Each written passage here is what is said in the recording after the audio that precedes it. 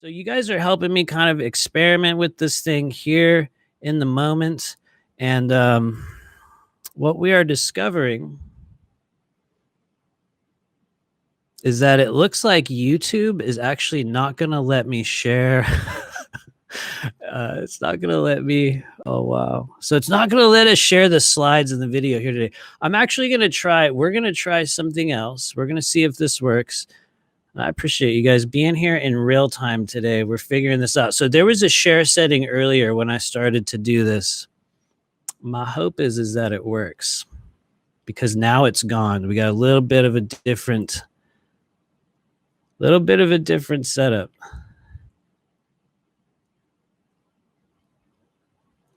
Wow.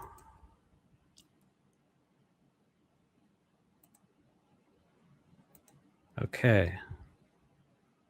Let's see if the screen share initiates. It looks like it's not working. Let me know in the chat if you guys are getting the screen share. That would be really, really helpful. Let me know if that shows up in your chat window there, guys.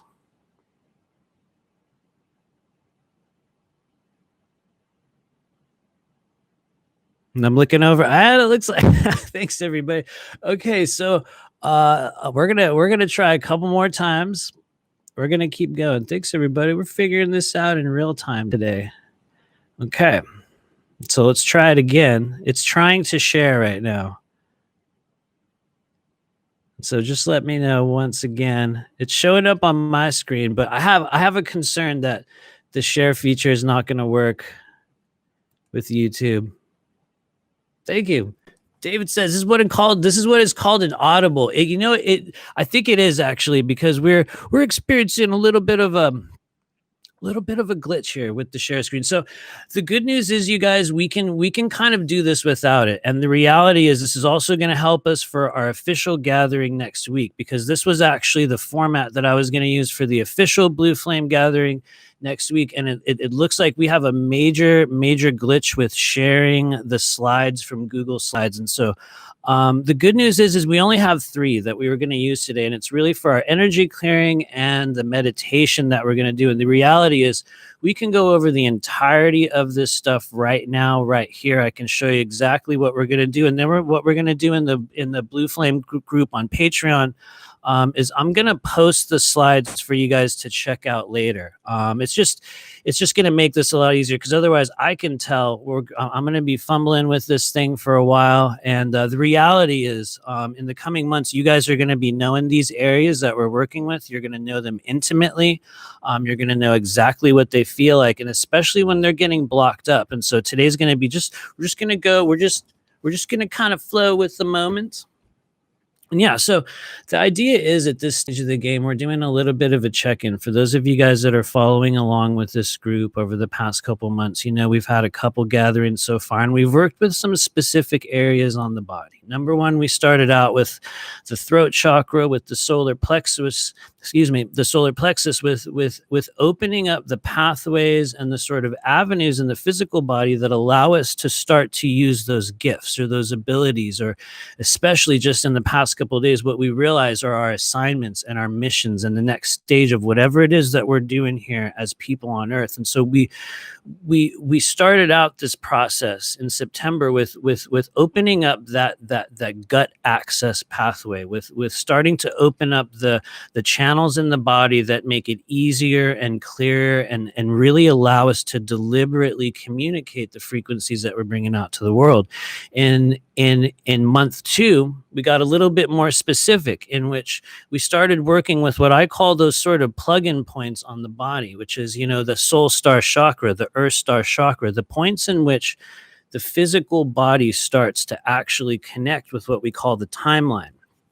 And so when we talk about the subject of timelines, it's really easy to look at what's happening, especially today, especially in the world, and to see the chaos, and to see the, what we would call the madness. In some cases, it's literally a mind virus that we are watching kind of play itself out on the earth plane. But it's really easy, I think, for a lot of us, especially on a day like today, to look at what's going on in the world and to feel as if, maybe we're on the quote unquote wrong timeline. Sometimes people will, book a session with me, and they'll be like, I'm worried that I'm going to miss this ascension. I'm worried that I'm not going to make it. I'm worried that I'm on the, the wrong timeline. And from what I've understood, and from what I continue to see, and especially on days like today, is that there are no mistakes. There is literally nothing that happens at this stage of our Earth journey that was, mistaken, a random occurrence. Especially if you're here joining me in this now moment over social media. There are no mistakes at this stage of the game. And we could even go one step further and say the people that are coming into your life, those true relationships, the true like connections, and even those that come in and out for very strategic regions at this stage of our Earth cycle, these are people that we've done this with before. We're back again. And so what you're going to find is that there's going to be a great uptick in just the internal intensity and the internal upheaval. And one of the things we're going to be doing here today, and notice I said internal on both sides, is because what's happening outwardly is also a direct reflection of the conditions and the states and the manifestation of the frequencies that are contained within us. And so one of the things that we were originally going to do today with this group was kind of some more solar plexus work and kind of, opening up and grounding the body. And we had a little bit of a change over the past few hours. And what I believe that we were guided to do is to open up and work with just a couple different areas. One of the places we were going to save for, I think, February, but we're going to jump ahead here today and just do a little bit of what I call a tuning, a rotation, we could even say, of the third eye. And I'm going to get a little bit more specific. What do I mean when I say the third eye? Because a lot of people, in sort of like this, this sort of ascension spiritual like community, everyone's always talking about the third eye, how to open the third eye, how to decalcify the pineal gland, what happens when you do that, and the types of information or the experiences that one might have upon opening that energy center, which is a fascinating thing. But one of the things we're discovering is that in order to create, or in order to facilitate what I call that true internal visual clarity, or to, I guess, what like we could say, to fully activate the visual cortex within the energy body, it's a very multifaceted process of many different pieces that will come together essentially in the layers of the non-physical body that facilitate that. And so it's an ongoing process for many of us. And, the concept of fully opening the third eye, by my understanding, experience, and what I have observed, is oftentimes a fleeting state in which we will experience stages of opening, increases of diameter. And really, for those of you guys that are familiar with the workings of a camera, or even nowadays, pretty much everybody has one of those DSLR cameras, like the digital camera, and a lot of them have that mirror. There's a literal mirror inside your camera through which what comes in is reflected. And it's actually flipped around. It's actually inverted. Once it enters in through the eyes, it's actually inverted. It's flipped over. It crisscrosses, and it starts to, work its way through that visual cortex, in which, the energy will reach the brain on some level. And here's the thing. There's a million different interactions and specificities around how and when that takes place in the body. And there's some people that are going to be able to tell us exactly what takes place. But what we're finding is, from an energetic perspective, there is very much an inner mirror, or a reflective device, or a reflective quality that exists within what we would call the third eye, or rather the internal reflective surface of the third eye. And so one of the things we're going to be doing today is hopefully realigning, and not to make it even more confusing, but we're actually going to be spinning. We're going to be spinning that structure in the body. And we find that when we do that, specifically when we spin, or kind of directional, take control of the directional flow of energy through certain areas of the body, it begins to change the manner in which we are able to use it. It's like opening up other doors. It's almost like venting a very stagnant space. And we open up the windows on the side, and suddenly we get a little bit of a cross breeze. And so it's one of the ways in which we can metaphorically explain what we're going to be doing with the third eye in a little bit. And so we're going to be using a capsule phrase today. Now, for those of you guys that are just tuning in, we had a little bit of an issue with the slides. That was kind of one of the benefits of using slides, is that we were going to be able to give you the capsule phrase so that you can follow along with it. I think what we're going to be doing in light of not having the slides is I'm going to continue to use that, but I'm going to give you guys the signal when we're going to be doing toning. And I know a few of us here today, this is the first time you've ever jumped in on one of these group meetings. Usually we got some slides and some really good visual cues to help us, but we had a little bit of a glitch with that. So I'm going to be kind of leading the group through that just in a more organic fashion today. And that's probably exactly what we're supposed to do, because like I was just saying a few minutes ago, nothing happens at this stage by mistake. So we're going to be working with that third eye energy, and we're going to be using the scalar toning process. So a lot of you guys are very familiar with the work that I do. You've done private sessions with me, but some of us are just jumping in. And so we're going to be demonstrating the scalar toning process in a little bit with just a little bit of a grounding procedure as we kind of open up the energy. So I'll show you guys how that goes in a few moments. But in the meantime, I see just a few more people rolling in here. Feel free to drop any questions in the chat. We are going to be doing readings for everybody that's here today. If you want a reading, we are going to do it. It's real. We're also going to grab a few of the people that put their name on the list in the Patreon group. So that's going to be coming after our meditation. But please do feel free to put some questions in the chat. If just anything you want to talk about, anything you want to ask about. And this is a totally informal thing, you guys. So feel free. You can go off topic if you want to ask about something else.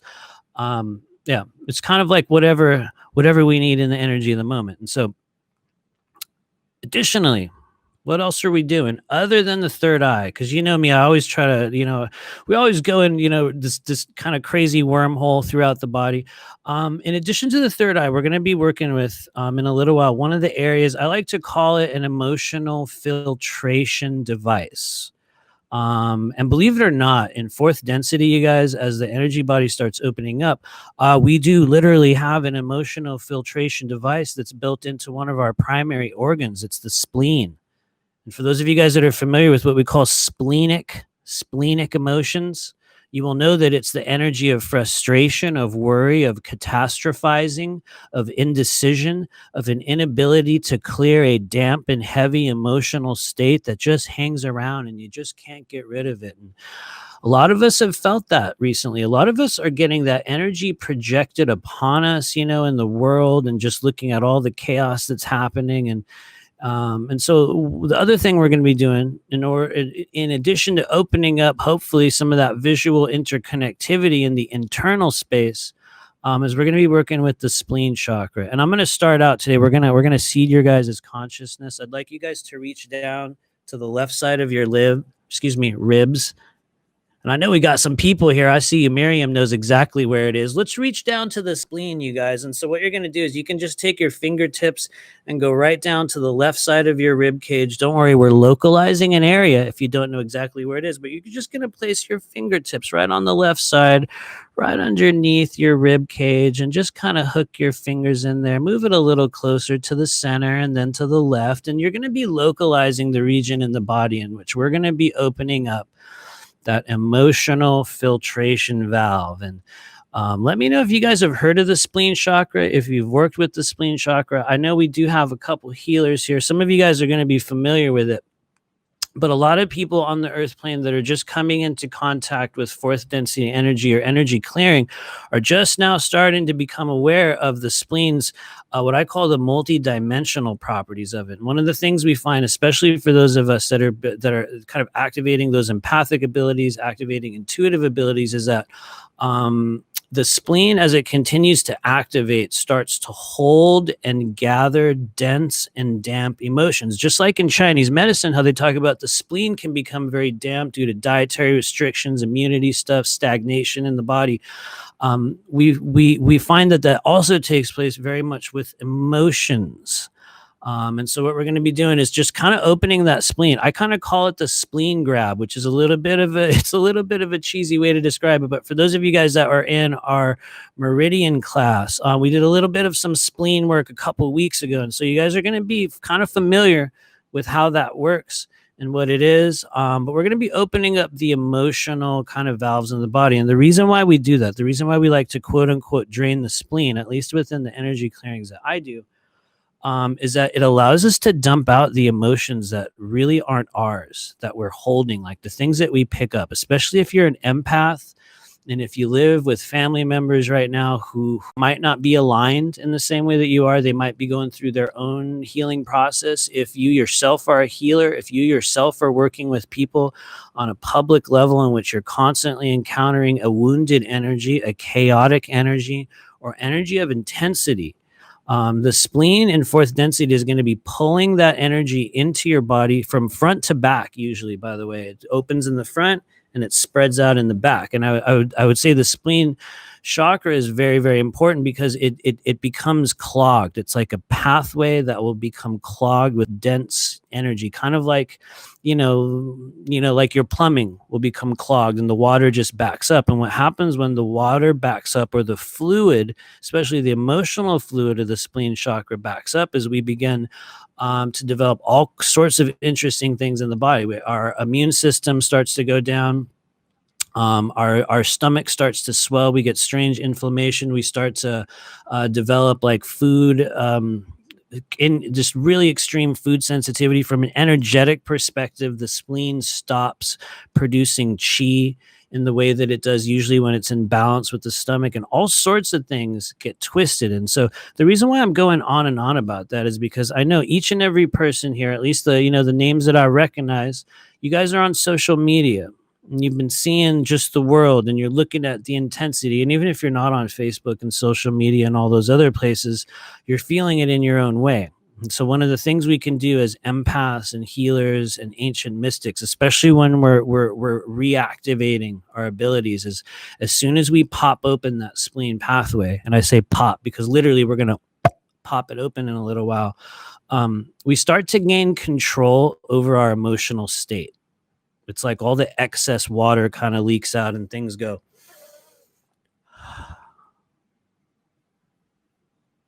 And all of a sudden, you're just a little more clear. You feel a little bit better. And you're less taxed by the energy of the world. And so we're going to be doing a little bit of that in a few moments here. And I think there was something else. Unfortunately, I did have the slides. I'm just going to check them really quick, you guys. I know it's a little bit awkward that we're doing it that way, but we'll just check that out really quick. Was there anything else that we're going to be covering? I believe that's it. And don't worry, I know it's random that I'm clicking off the screen to look at the slide, but we're going to post those in the Patreon group later on. And so before we get started, let us know if you guys have any questions. Please let me know how you're doing. If there's anything going on in your world that you want to discuss before the meditation, please throw it in there. And if I don't see anything, we're going to go ahead and get started in just a few moments here.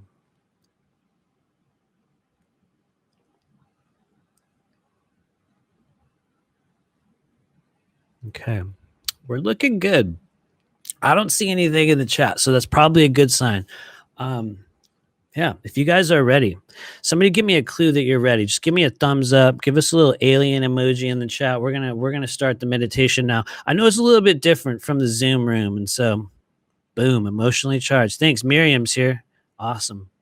It certainly is. We're gonna open up that emotional valve in just a few moments. Thank you, Diana. It's good to see you here. Thanks, you guys. I also want to say this. I'm just going to go ahead and say it. If you guys want to copy the link, literally share it on Facebook.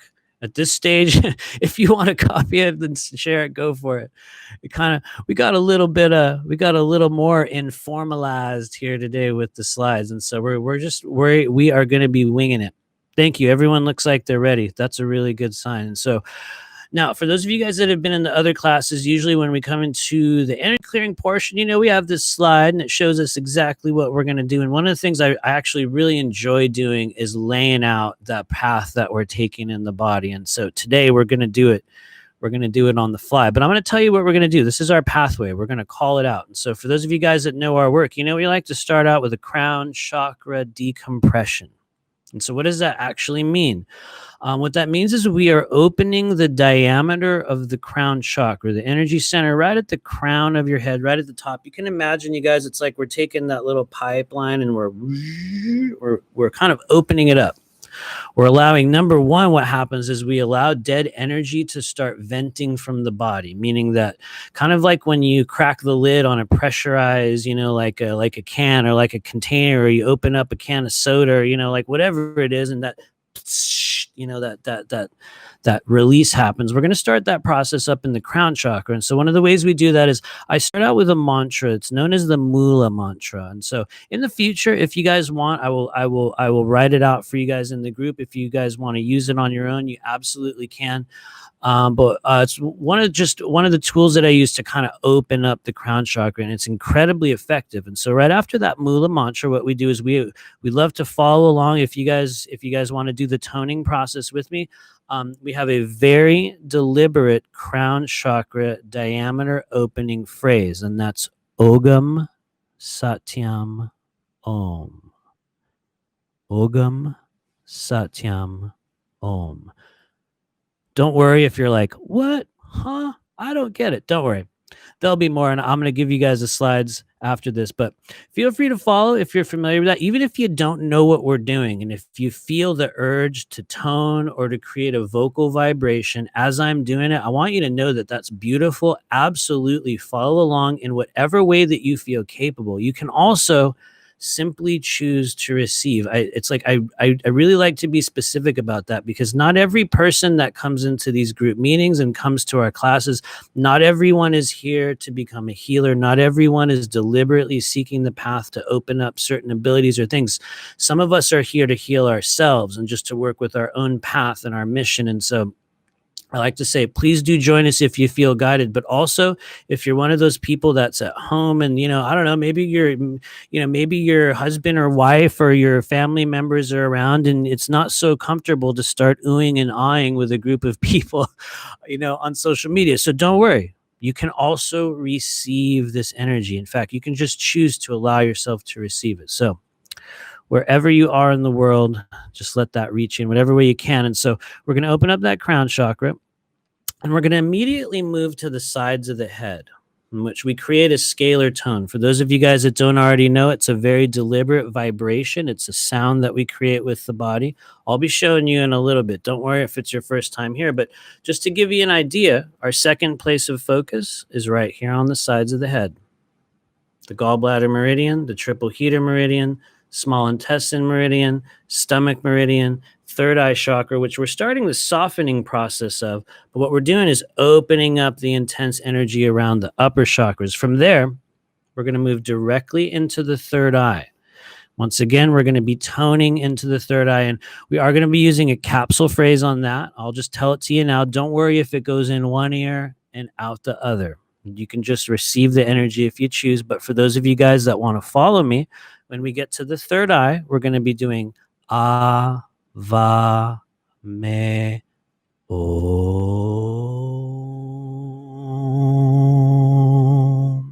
We're actually bending the note upward. And once again, don't worry if you're like, what? How are we doing that?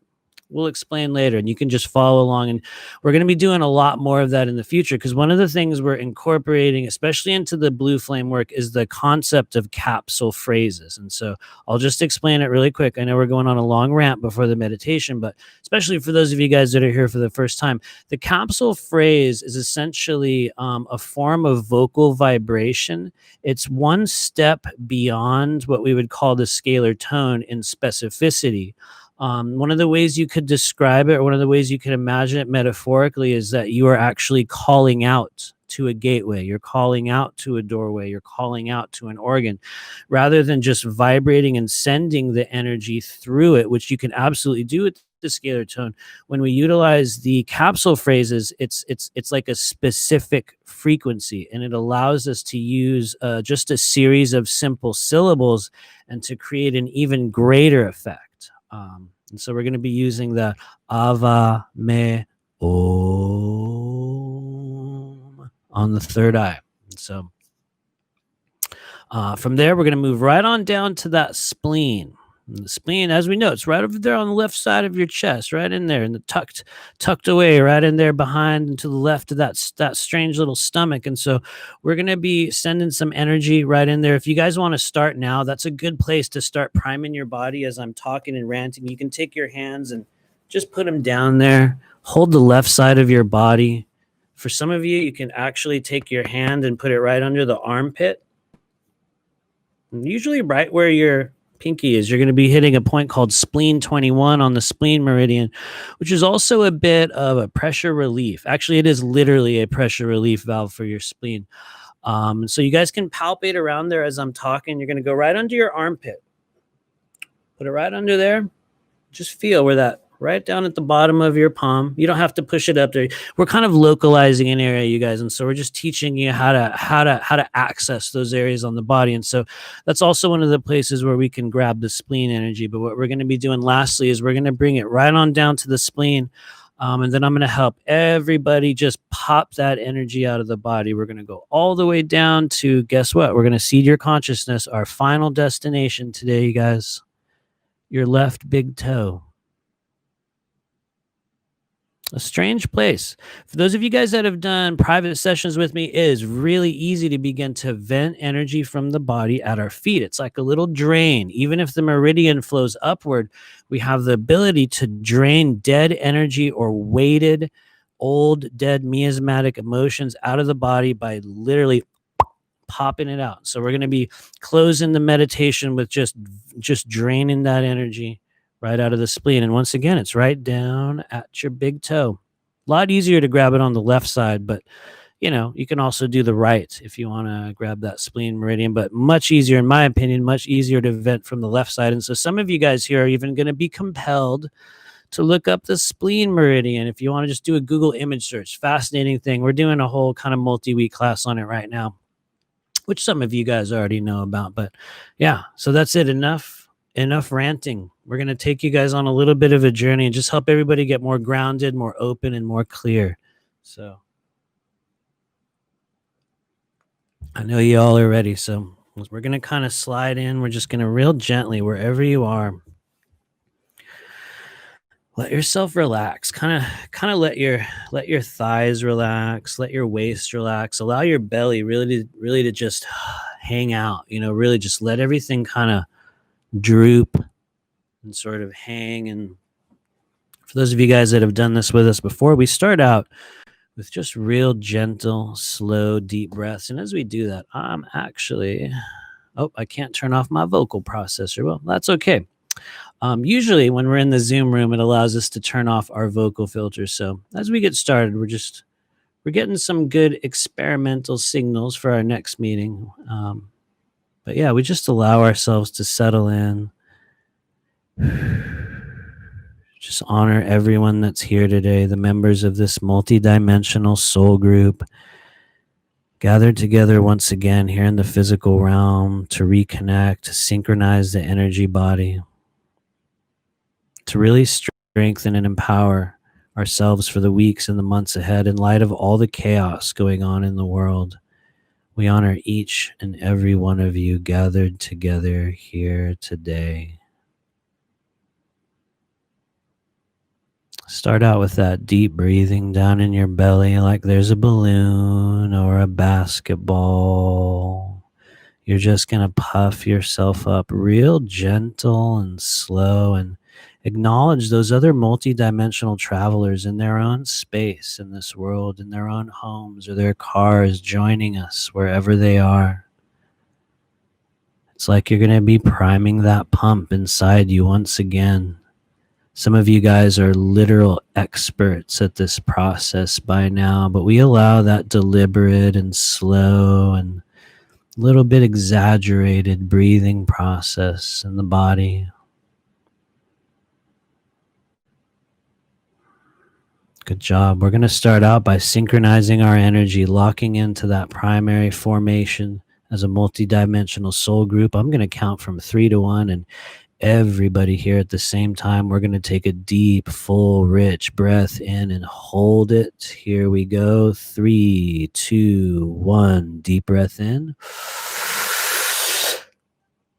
Hold it.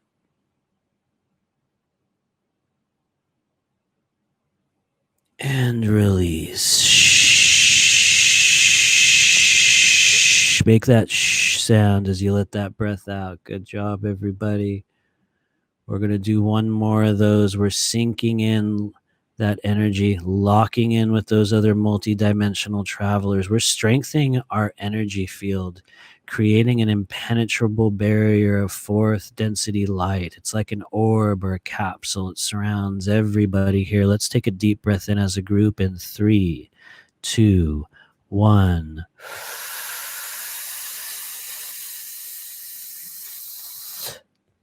Hold it. And release.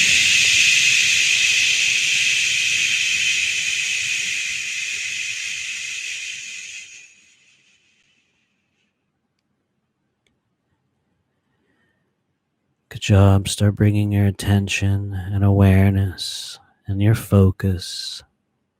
Bring it up to the very top of your head, right in the middle, right at the top. Good job. Let's welcome that childhood imagination, that version of us still existing in that world of pure magic, the cartoon realm inside us. It's like a fantasy movie, and you're the hero. Allow that version of yourself to step in the room. Keep your focus up at the top of your head. Let's take one more deep breath in 3, 2, 1.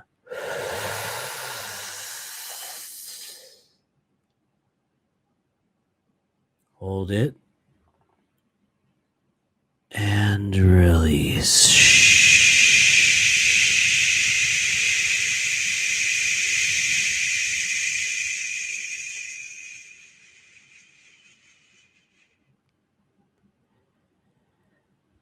Please allow yourself to receive.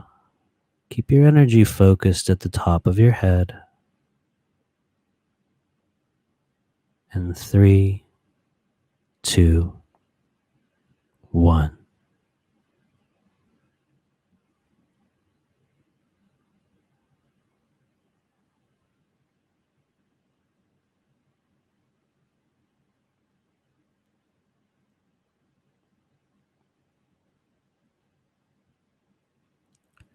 Om Shrim Saveshwaraya Namaha. Om Shrim Param Jyotishe Namaha. Om Shrim Param Brahmaya Namaha. Om Shrim Param Karunyaya Namaha. Om Shrim Param Pavitraya Namaha.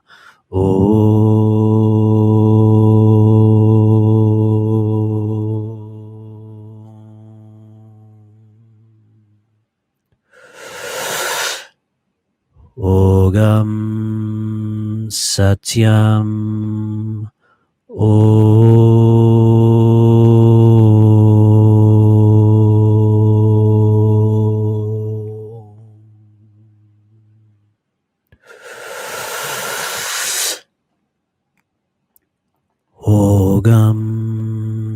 Satyam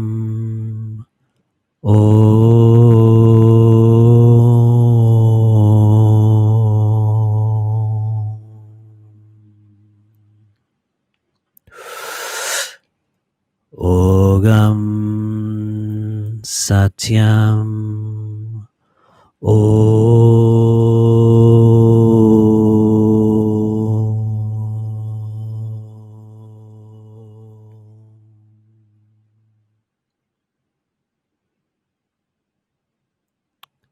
And with that next breath, we honor each and every one of you gathered together with us here today. All those guides, guardians, ancestors, family members, galactic family, each and every one of you gathered together with the members of this multi-dimensional soul group here in the body on planet Earth in the year 2020.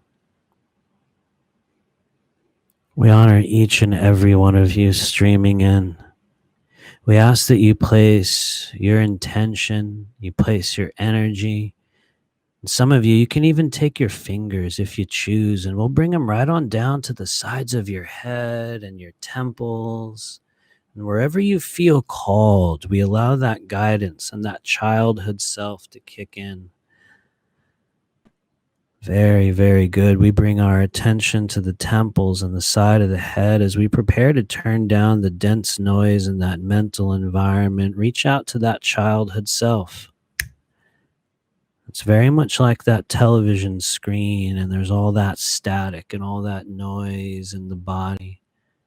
On that next breath, allow those concerns, allow those thought forms, allow those tapes, allow those images, allow those divergent emotions to simply load themselves up into your mental environment. It's like you're reaching in that drawer, that junk drawer in your body and your mind, and gather up all that conflict and all that energy and all that uncertainty and all those thoughts and worries constantly circling through your head. Keep your focus at the sides and your temples, and take a deep breath in with me in 3, 2, 1.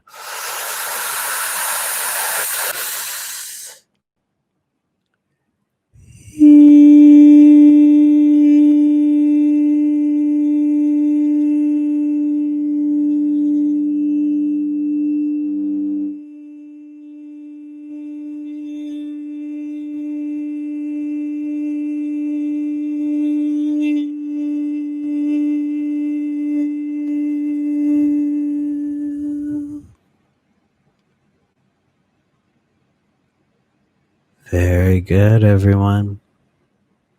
With that next breath, reach over to the right side of your head, right at that temple or the side of your head, wherever you feel called, and simply pop that energy out. Disconnect that cord. Pull that weed or that root out of the earth within you. Create your own gesture of disconnection. Allow it to leave. Bring your focus on that next breath very gently over to the left side of your head. Right over on the left. Very good, everyone. Good job. It's like a little ball that just rolls over to the left side of your head. In the next few moments, we're going to create another tone and begin to release the tense emotional reactivity in our body. Focus on that buildup. Focus on the sensations rising up into your throat and in your chest. Focus on the energy and the pressure in the body. We're going to start to relieve that tension. We're turning down the mental noise and reactivity in your environment. Focus on the left side of your head, the left ear. Take a deep breath in with me in 3, 2, 1.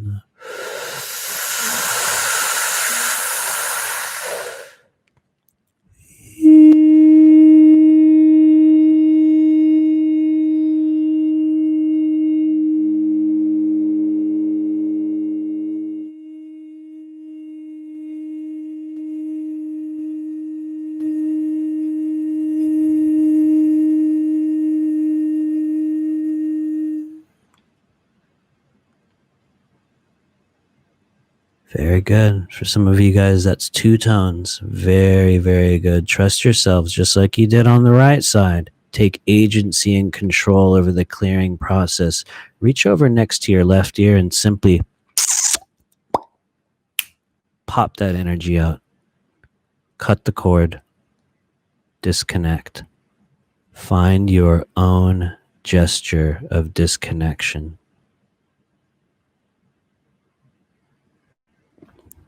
Notice the sensations in your head. Notice the sound in your internal environment.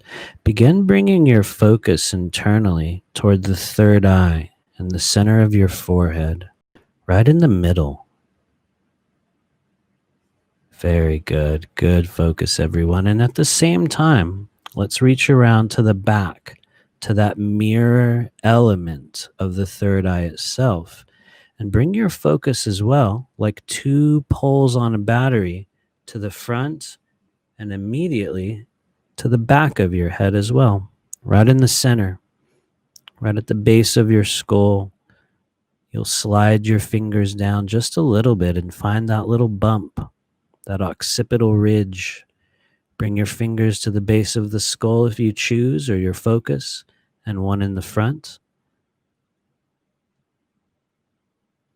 As I count from 3 to 1, we'll take a deep breath in and simply focus on your third eye.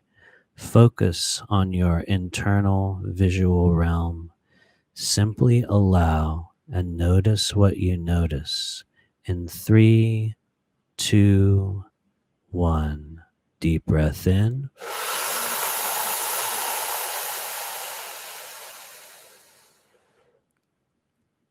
Hold it. And release.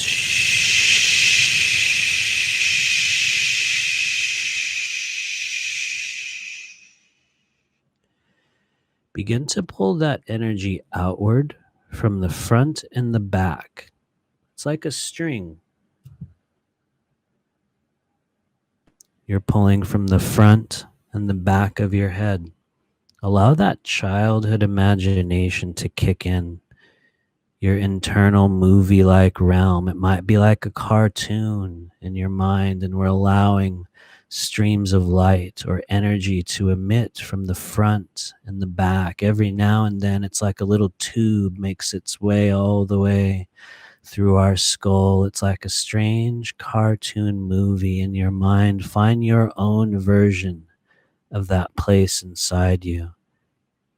Whatever it looks like, whatever it feels like. And even if you don't know how to do it or to make it work or which way to turn in your internal realm, just simply allow and notice what shows up.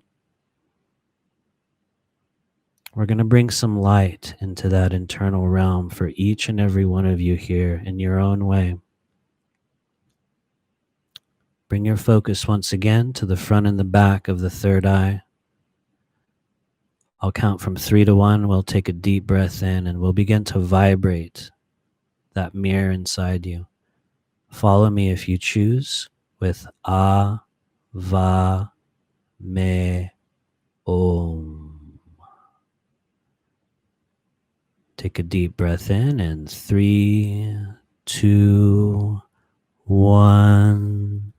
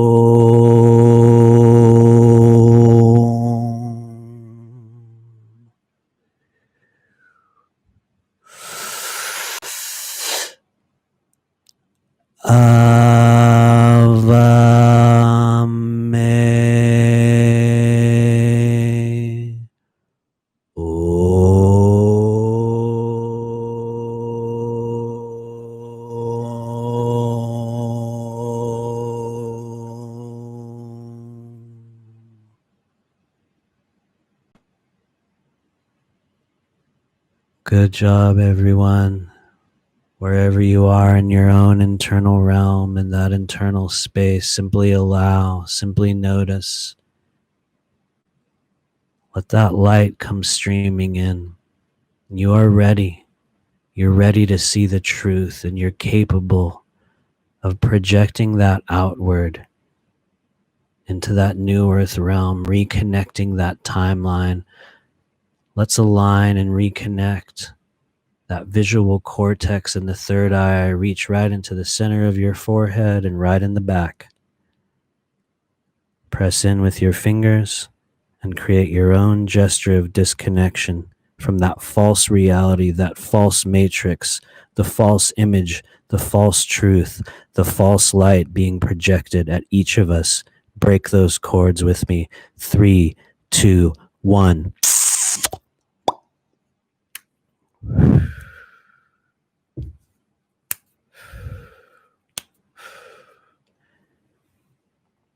Good job, everyone. Keep that energy focused. Allow your emotions. Allow that internal realm.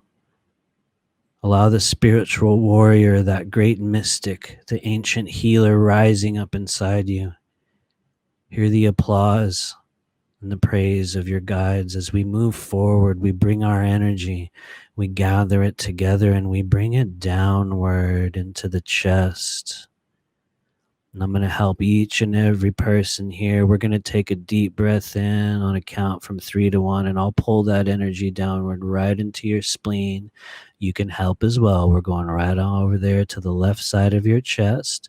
In 3, 2, 1.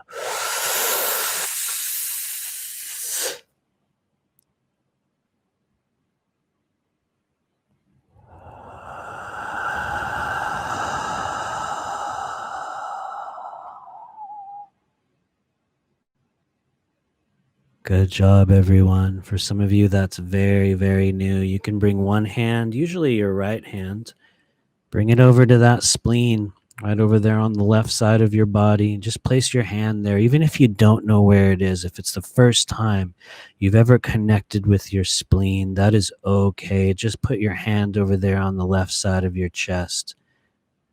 Good job. Just hold that region of your body and honor any emotions. Honor the uncertainty. Honor the density of the emotion that you might have gathered from others as an empath or a healer. Whatever your calling is in this world, we honor the level to which we as multidimensional beings, we hold energy, we process energy, we transmute that energy, and when called, we release it. Hold your spleen. Feel that worry or the frustration in your own life, wherever it is, however big or small. We simply honor it. We thank that darkness for what it showed us, for what it taught us about ourselves. And we allow it to release. And so when you're ready, I'd like you to bring your focus on down to that big toe on your left foot. If you can even bring your hand down there. And if you're able, I'd like you to just make contact with that left big toe. It's a new place for some of us here today. Right on down to that left big toe, right on the top. It's like a little tube that your body has. And some of you are very, very good at this, but a lot of you've jumped out of a car and you've noticed that little bit of liquid drains out underneath. Sometimes it's oil, sometimes it's water, sometimes it's coolant. We've all seen it in the world, a little trickle of water, a drainage tube, a sewer pipe. All of those elements. Good job, everyone. Allow that childhood self to kick in. Very good. It's like a little plumbing tube. It goes right on down to your big left toe. We're going to start draining out some old dead emotion in the body. This will be a new process for some of you here today. Simply acknowledge, allow your emotions. You're in a safe place here today, and we're going to really drain and reset that well-being for everyone here today. So if you're capable, bring one hand up there on the left side of your chest and bring your focus on down to that big toe on your left foot. Let's refocus our energy.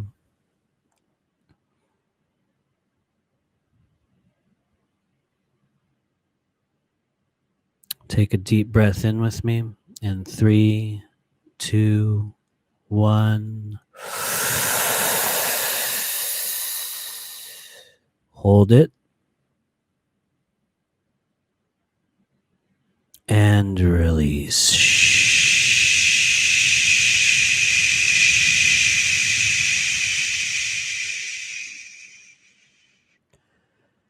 On this next breath, hold your awareness at your spleen. Hold your awareness at your emotions.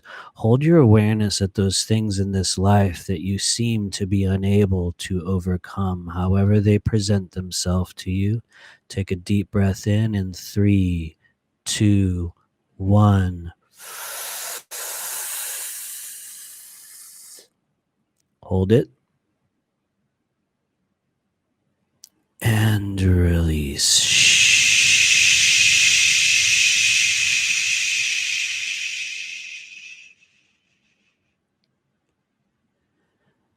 On this next breath, please follow me in 3 scalar tones, releasing the spleen.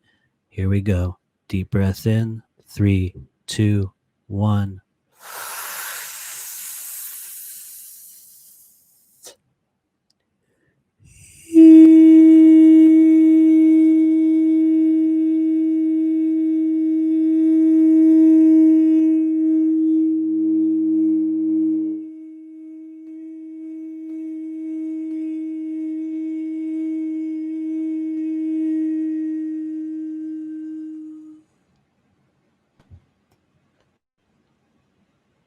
One more time.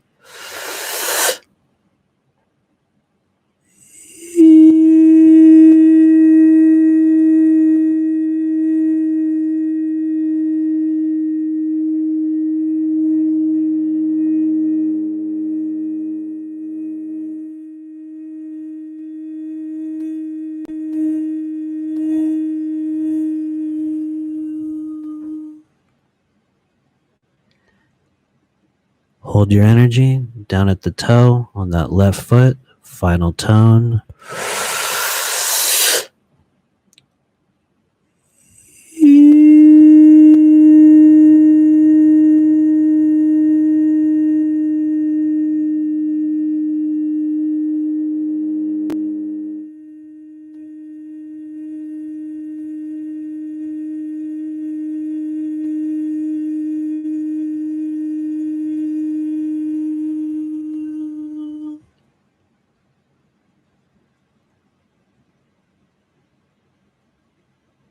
Good job, everyone. Focus on that big left toe. Focus on the emotions you release. Say it in your mind. I allow this healing energy to release or remove any emotional or energetic toxicity from my body. Create the pop.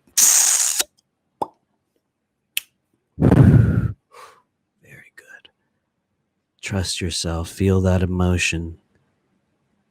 Create your own gesture of disconnection. Once again, pop that energy right out of your toe, right out of the spleen. Some of you guys will feel it under your left arm. And if you do, just grab it, pull it out of there. Create your own gesture of disconnection. Viscerally manipulate that 4th density and 3rd density energy. Wherever you are in this process, even for those of you who have no idea what it is that we are doing, you are taking agency, you are taking control, you are deliberately guiding your path of healing as a multidimensional being in this realm. So wherever you are in this process, congratulate yourself. Feel the bottoms of your feet, feel the backs of your shoulders. Feel that space in your stomach. Feel that spleen on the left side of your body. And bring your energy and your awareness up to your head, to that 3rd eye. And what we're going to do is we're going to pause for a quick moment of silence. And I'd like you to simply listen to your internal environment and just notice what you notice.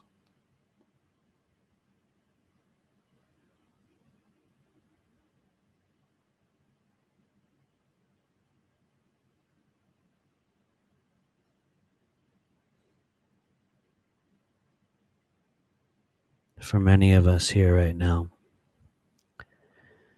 it's a much more still, much more quiet, and a much more open space.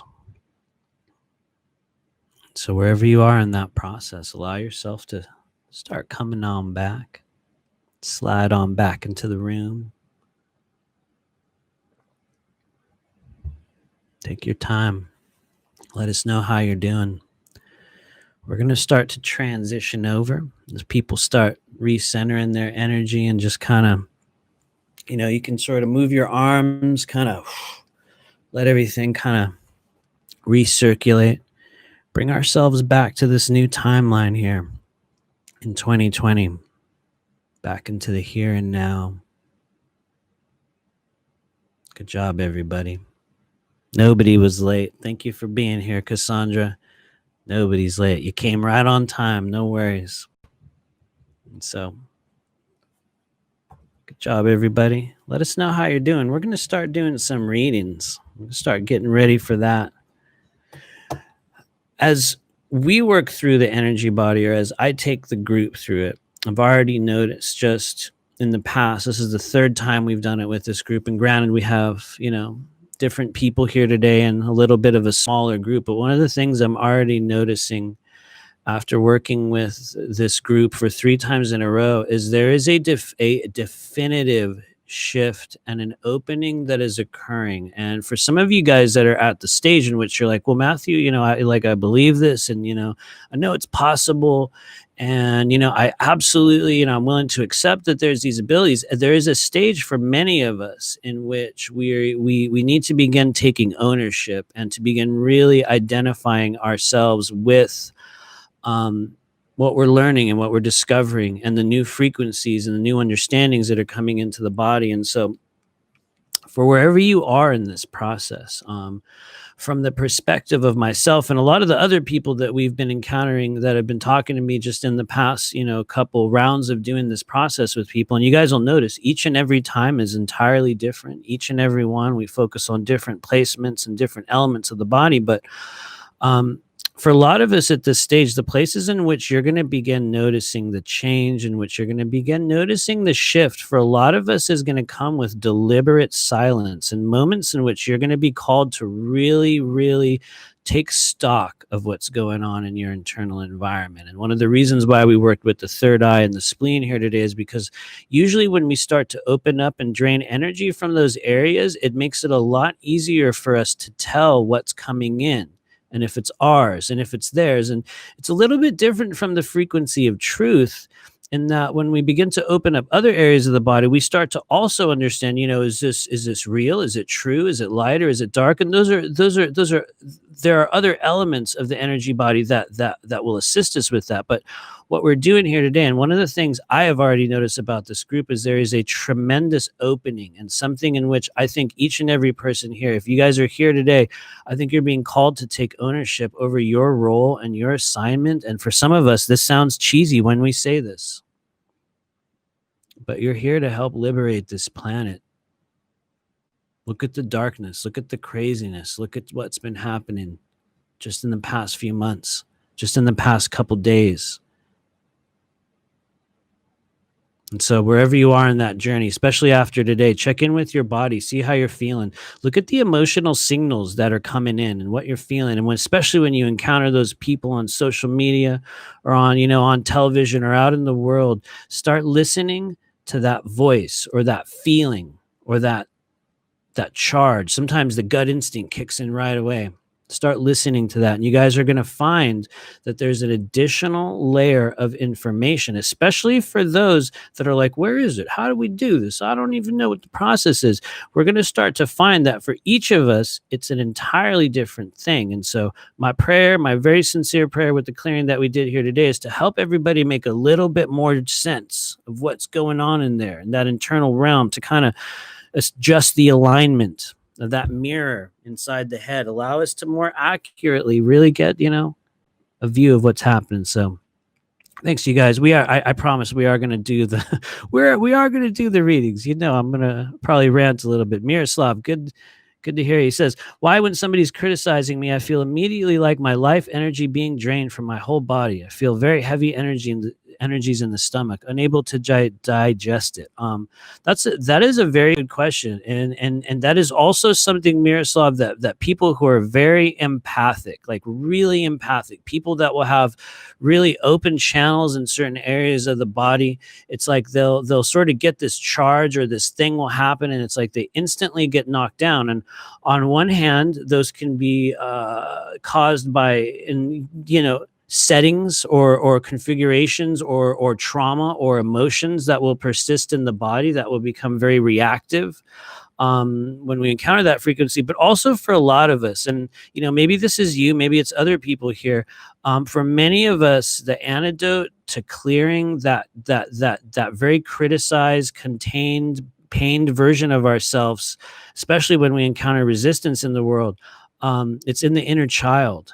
And each and every one of us, like if you're like me, I don't know, maybe some of you guys won't, but you're going to be able to find places in your early life in which we were given that feeling, in which it was sent into our body, in which we had a social interaction. A lot of times it's early childhood, and our immediate family will sort of just give us that feeling, or we'll come into a situation in which it keeps happening. And so for one of the things I like to do is, number one, open up the solar plexus. We bring an energy of forgiveness. We start closing, in some cases, strengthening the pericardium, because that's a big energy barrier or big opening for a lot of people. But really, I think the key lies in working with the inner child. And it could be a little bit different for everyone. So, I take that answer with a grain of salt. You might have a whole other, there might be some whole other things going on in your world, but that is a real thing, and I definitely honor that feeling, my friend. You are not alone.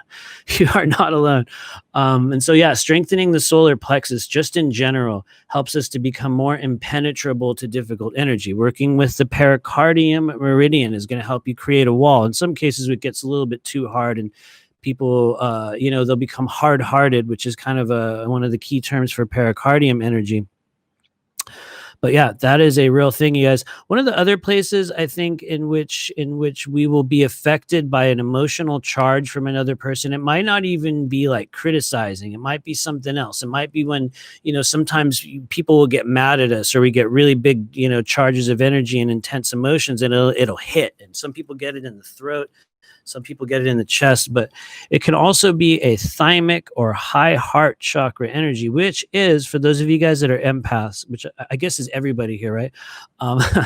It is one of the places right here, right at the base of the throat and the top of your chest, right? Actually, literally where the thymus is in the body, which is, I think technically it's right in between your lungs, you guys. That's the thymic chakra, and the thymic chakra itself is outside of your body. It's kind of just a little bit positioned outside, which is different than some of the other chakras, but it's also one of the areas that gets super reactive when you get criticized or hit by someone's emotion. One of the things we were doing with the left ear, you guys, one of the reasons why the left ear is important for emotional reactivity is because you have really interesting meridian connections, actually at both ears, but the left side, being the divine feminine side, has a tremendous impact. It's got small intestine, we got stomach, we got triple warmer, we got the gallbladder, all sorts of connections coalesce right here. So when we kind of drain energy out of the sides of the head, not only will it stop the reactivity, in some cases it might turn down just that sort of jolt that you get, Miroslav, or even anyone else that gets that, where you're like, and you want to like retreat, or some of us get triggered and we want to strike in some weird way, when we get that. And so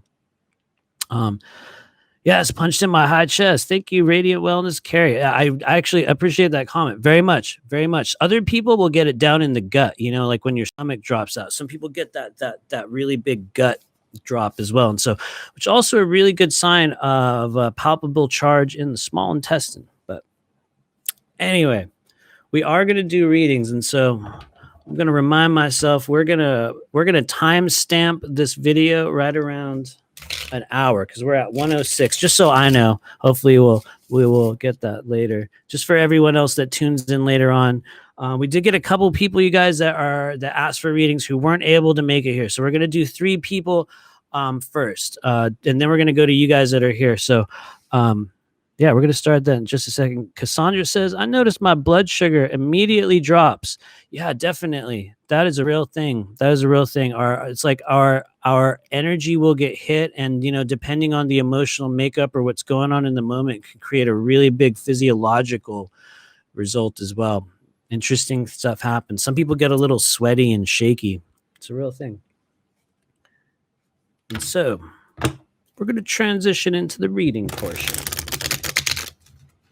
So we're starting out today. We're going to start out with Anne Baldwin, you guys. She was not able to make it here. So what we're going to do, those of you guys that have been in other live streams, we do like a 1 or 2 card reading. It's like a 5-minute process. Every now and then I'll kind of go on a big rant about the cards, but we just take what shows up. And so we're going to start out today. I'm going to let you guys know who's coming in first. These are just the people that couldn't make it. We're going to do Anne Baldwin, Liz Hajdu, and Lucy. I don't have Lucy's last name, but she just calls herself Lucy. So Lucy's going to be third. But the way we do these readings, once again, you guys, just kind of like a general energetic picture of the moment. Sometimes you can ask a question. A lot of times we're just looking at what do we need to know, what's important, what's relevant in the moment, especially when we do 1 card readings. It's very much like we're opening the door to a very crowded room, or a very, very, like a closet full of stuff. And you just real quickly crack open that door and you look in there.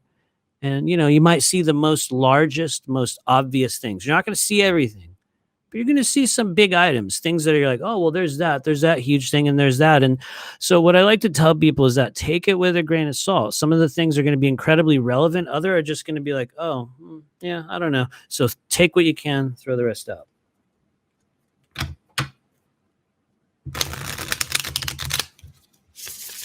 Okay. I guess it's actually 1:09. It's just so I have my timestamp. And so for Anne Baldwin, as we begin the chapter of readings here for today's live stream, we're just looking for any advice or understanding, whatever Anne Baldwin needs to be made aware of. Mind, body, spirit complex known as Anne. We're going to be doing them live in the moment, you guys. That's what makes it really fun. So I don't have any preparation. We're going to see literally just what shows up right now. For Anne Baldwin, boom, energy of the moments. Thank you, Anne Baldwin. I hope that these cards are going to focus. I'm going to move my little light again, you guys. Hopefully it's going to brighten things up a bit for us here. It might make it darker, actually. I don't know. We're still getting the new technology straightened out, everybody. For Anne Baldwin, this is the 8 of Pentacles. It's sort of focused. The lighting's kind of okay. But what is the 8 of Pentacles, you guys? I think you can see it for the most part. Look at this kid. He's chipping away at something. He's been making them over and over again. He's got 8 of them, and he's just been doing it and doing it and doing it. And here's the thing. Even if you knew nothing about tarot, you guys, you would look at an 8 of Pentacles and you would be like, well, that's not a bad thing, right? Because that actually doesn't work. Sorry, everyone. You can see me moving my light around in real time here. Sometimes it's a little awkward. We're trying to get things to work better. I think that'll go, right? There you go. It kind of shows up.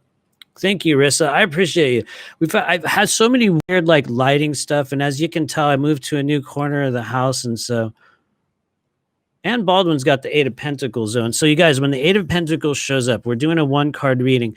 It can be a repetitious phase. It's a time in our life in which we may be forced to do the same things over and over again. We may be repeating a process.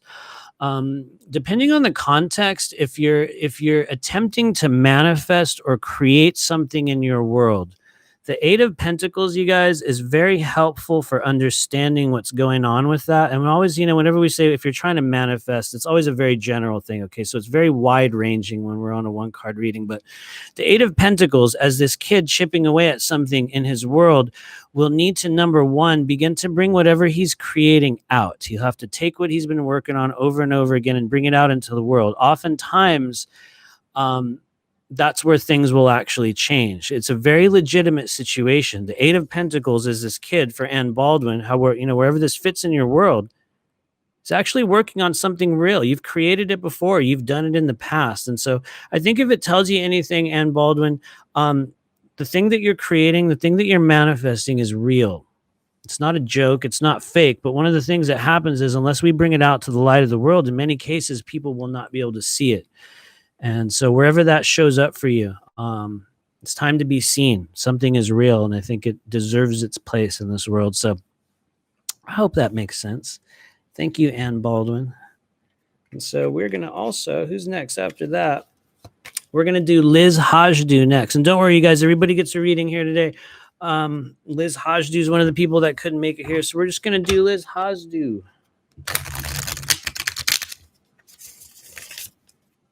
For Liz Hajdu. And so I realize not every single person here wants a reading, but it is helpful. So if you're here, let me know that you're here. And the ones that call out for a reading today are the ones that are going to get it. We don't have that many people. And so the really cool thing is everybody gets a reading. Absolutely. We're going to get everybody, guys. Yeah, put your name in there. Look, we only got 19 people. This is a cool thing about doing Patreon, you guys, is that we get a smaller group. So there's a lot more that we can sort of focus on. Absolutely. And so the next person we have is Liz Hajdu. And so for those of you guiding Liz Hajdu at this stage of the journey, we're just looking for advice and understanding in the form of a 1-card reading. And we're seeing, like I said, live and in the moment. We don't know. Boom. What is it? Liz Hajdu. Liz, you have a really, really cool card, actually. Liz Hajdu got the Ace of Cups. It's a beautiful thing. I realize my lighting is very dim, you guys, but we're gonna get it next week. It's going to be a lot better. But anyway, sorry, getting back to the cards.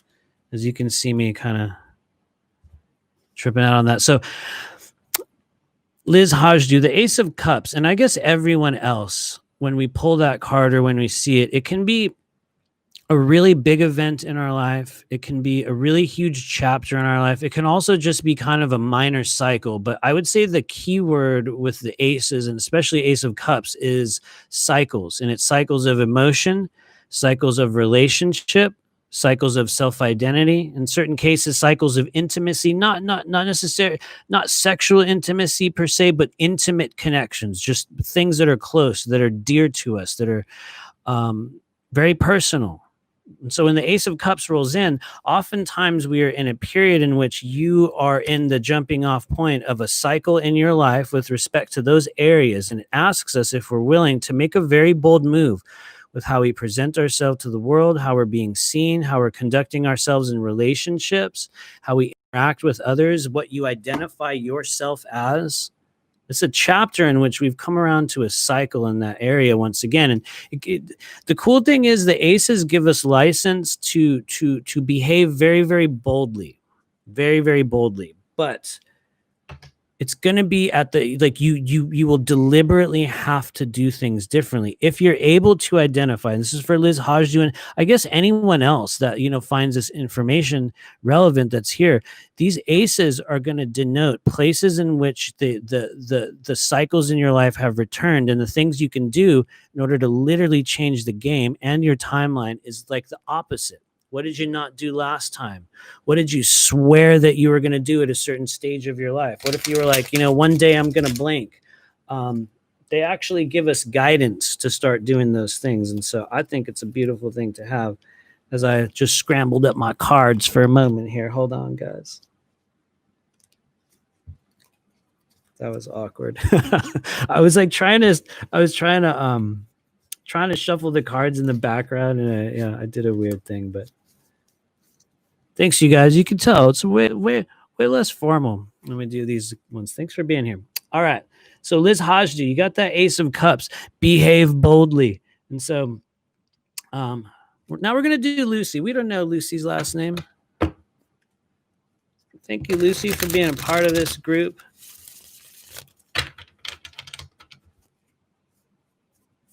So for the mind-body-spirit complex known as Lucy.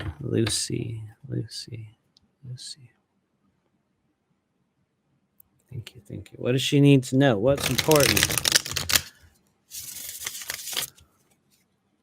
Oh, nice. Cassandra, I didn't know you can actually retract messages. How cool. I was like, oh, message retracted. Well, rad. That's a good side. I didn't know we could do that. Anyway, let's get back to the energy of the moment for Lucy, wherever you are in the world. Thanks for being a part of this group. What does she need to know? Here we go, guys. One card in the moment. We don't know. You never know. That's why 1-card readings are kind of like, what? It's the Emperor. I love this guy. He's a very, very capable being. For Lucy, wherever you are in the world, the Emperor needs to embrace his ability to control.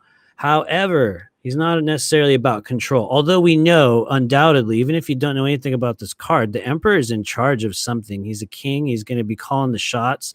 Sometimes when you get that as a one card reading, you need to start calling the shots in your world. You'll be given license to be an emperor. You might need to behave like an emperor. Let's say though, if you are an emperor, if that, who knows where Lucy is in her world, but if this energy reaches you, and if you're like, well, what does that mean? Another way that you can figure out where the Emperor will fit in for you is start looking at areas in which you feel stagnated, or in which it's like you're still playing by 2010 rules. In fact, that's one of the best ways to identify an emperor energy in your life. It will be an individual or a situation or an event or whatever it is, and it comes in really strong. It comes in really capable. It's almost like a controller. But what happens is it'll show up and it'll be a little bit outdated. And it'll just be a little bit, it's like running on just an older system software. You know what I mean? We got to update it to, iOS, whatever. And so that's a weird sort of metaphorical way to describe the Emperor, Lucy. And I might even be over interpreting, but he'll need to work with root chakra energy if you're encountering stagnancy. Let's say if you didn't feel like an emperor archetype, and I know it's just a one card reading, so it could show up in many different areas of your life, but they ask us to take charge. They ask us to embrace the divine masculine, actually, divine masculine. It's also a very patriarchal energy. In certain cases, emperor can be overly controlling or domineering. And so if that's a quality that we've been projecting in the world, sometimes, we'll need to do the opposite as well. But I would say in general, Emperor is very capable. There's really nothing he can't do, but not everyone's going to really be into it unless he does it in a very current, very new way. And so, yeah, I hope that makes sense. Thank you, Lucy. You're going to find this later on. And so we're going to go all the way up to the top. Where is everybody? All right, there we go. We're going to start out. Oh, and thank you, Amy Baker. Thank you, thank you. Something going on with the left elbow when we did the spleen and big toe clearing. Thank you very much. That is a really good sign. A lot of energetic pathways go through that left elbow there. Heart, triple heater, pericardium. There's several. Small intestine. There's a lot of pathways that go through there. But that's also that's a really good sign. So we're experiencing energy movement. That's really good. Thanks, you guys. Okay, I'm trying to find the first reading person here. Okay, Rissa, looks like I think you were the first one. Hello, Rissa. I'm glad you made it.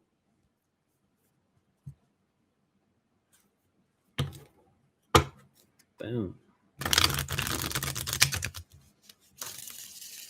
Okay.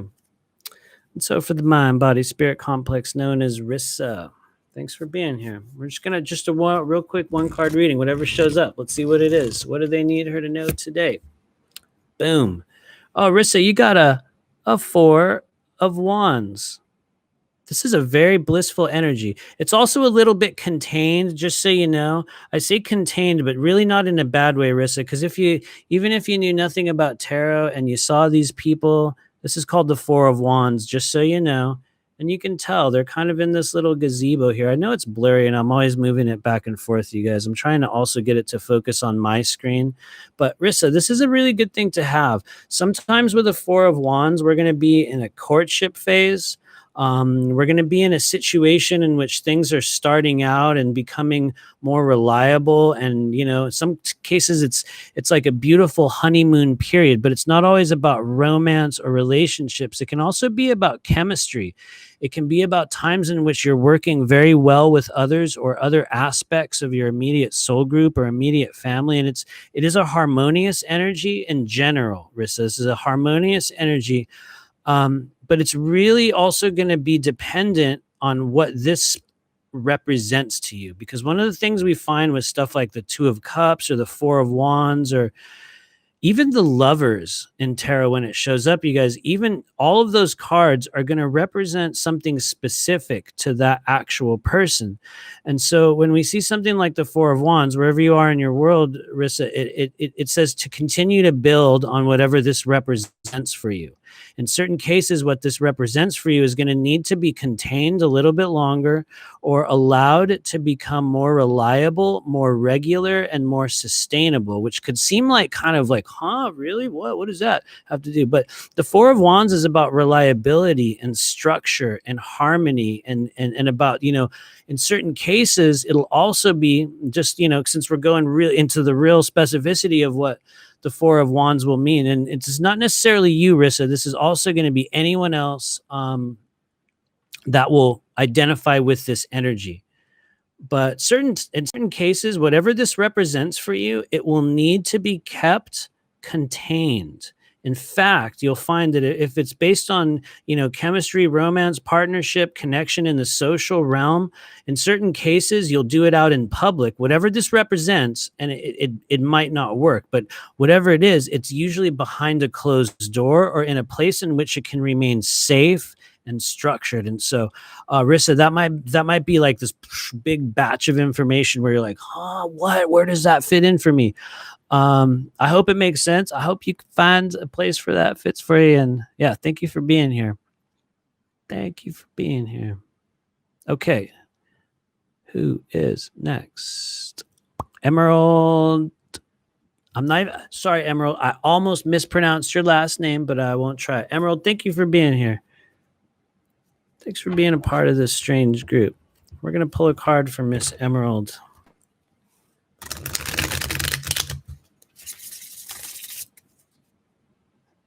I'm also going to go down to the bottom of the chats. Thank you. The wands are really good, Rissa, because the wands play out in the physical world. That's actually a really good thing to have. Oh, thank you. Tlatoani. Thank you. Thank you. Actually, yeah, no, that actually does help me pronounce it. I'm one of those people where it's like, I feel bad if I massacre people's names because, some people get weird. Other people are like, whatever. But, we try to be respectful. But yeah, Rissa, the wands and everybody else, the wands play out in the physical world. So when you're looking for clues, especially when we do like one card readings, because it's like it will fit into so many areas of your life.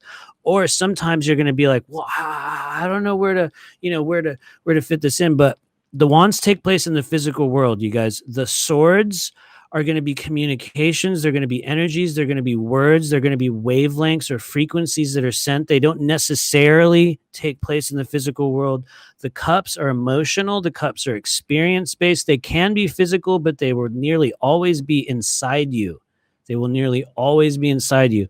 And when it comes to the pentacles, especially in multidimensional tarot, that's where the pentacles take a little bit of a different turn. And don't worry, Emerald, we're still doing your card. The pentacles take a little bit of different turn because they can be both physical or non-physical. And if you're trying to understand, what are the pentacles really? They're the currency of your desire. Which for some people is like, what? The currency? What? How? And so, yeah, it's an interesting thing to unpack. But in the meantime, we're going to do a card for Miss Emerald.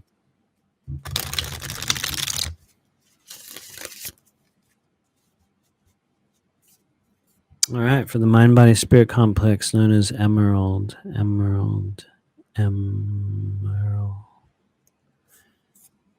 Okay, here we go. All right, Emerald. Seeing it in real time. Ooh, interesting. Emerald, you have a very interesting energetic indicator today. And so it's also kind of one of the first cards we've seen today where, for some people that don't know about tarot, they would probably see this Eight of Swords. It's the Eight of Swords, just so you know, Emerald. And they would see this and they'd be like, what? Oh, man, this doesn't look good, right? Because you see it and you can see it's kind of like she's tied up and there's all these swords around her and we can't see anything and we can't go anywhere. And on the surface, this would look like a bad scene. And the reality is, depending on where you are in the world, Emerald, you'll know if this is you because you'll be like, oh, man, I felt like that.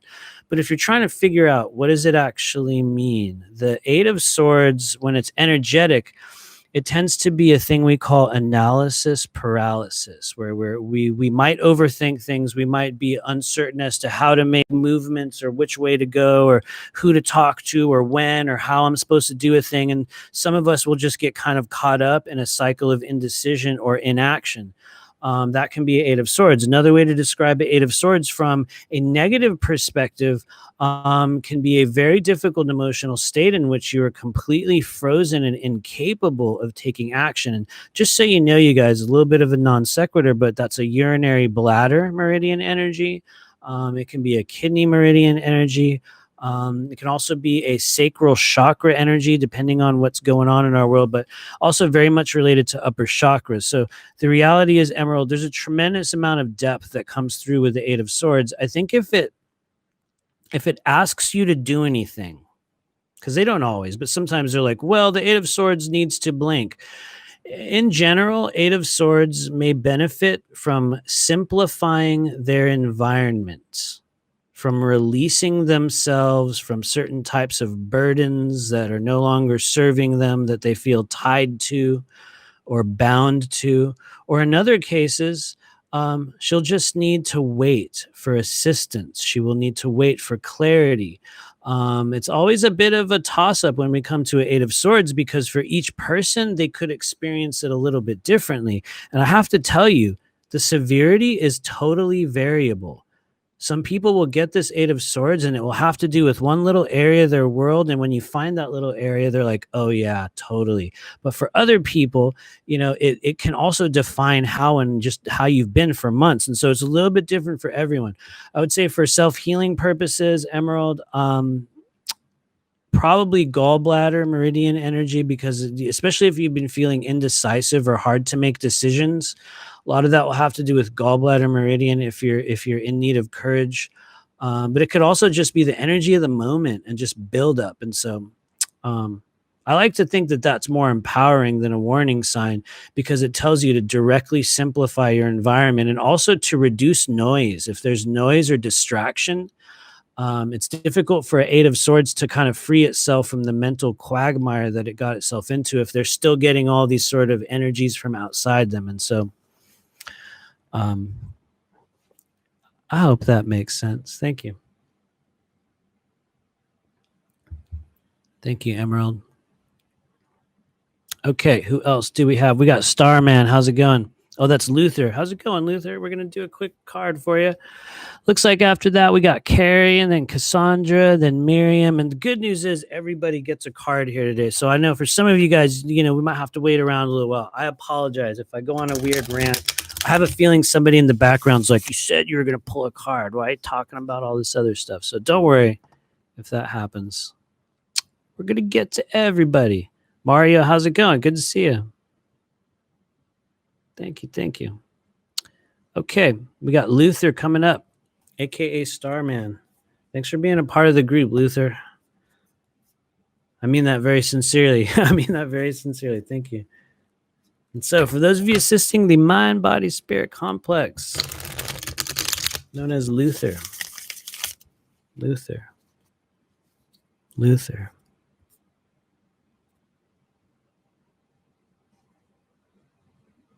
Luther, we have a very good and very clear signal on large intestine meridian. What feels like dietary or food matter buildup within the large intestine that seems to be affecting, I would say in generality, emotional well-being.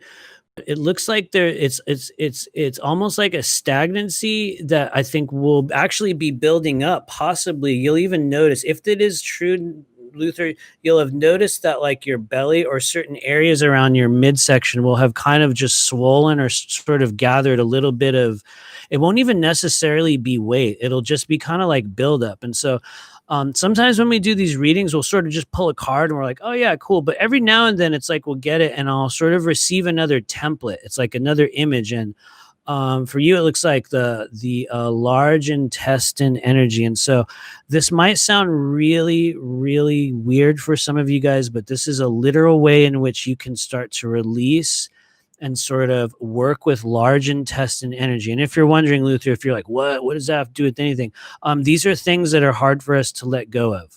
And we could say that emotionally, energetically, existentially. Large intestine will hold waste, and also it holds a lot of food waste as well, but it will affect emotional well-being. It'll affect the functionality of just all of the waste removal systems in the body, and a ton of other stuff as well. But for those of you guys that want to start venting that energy in the body, you're going to think, what, are you serious? Yes, 100%. Work with your index finger, start squeezing it, start palpating it, work with this whole area of your palm.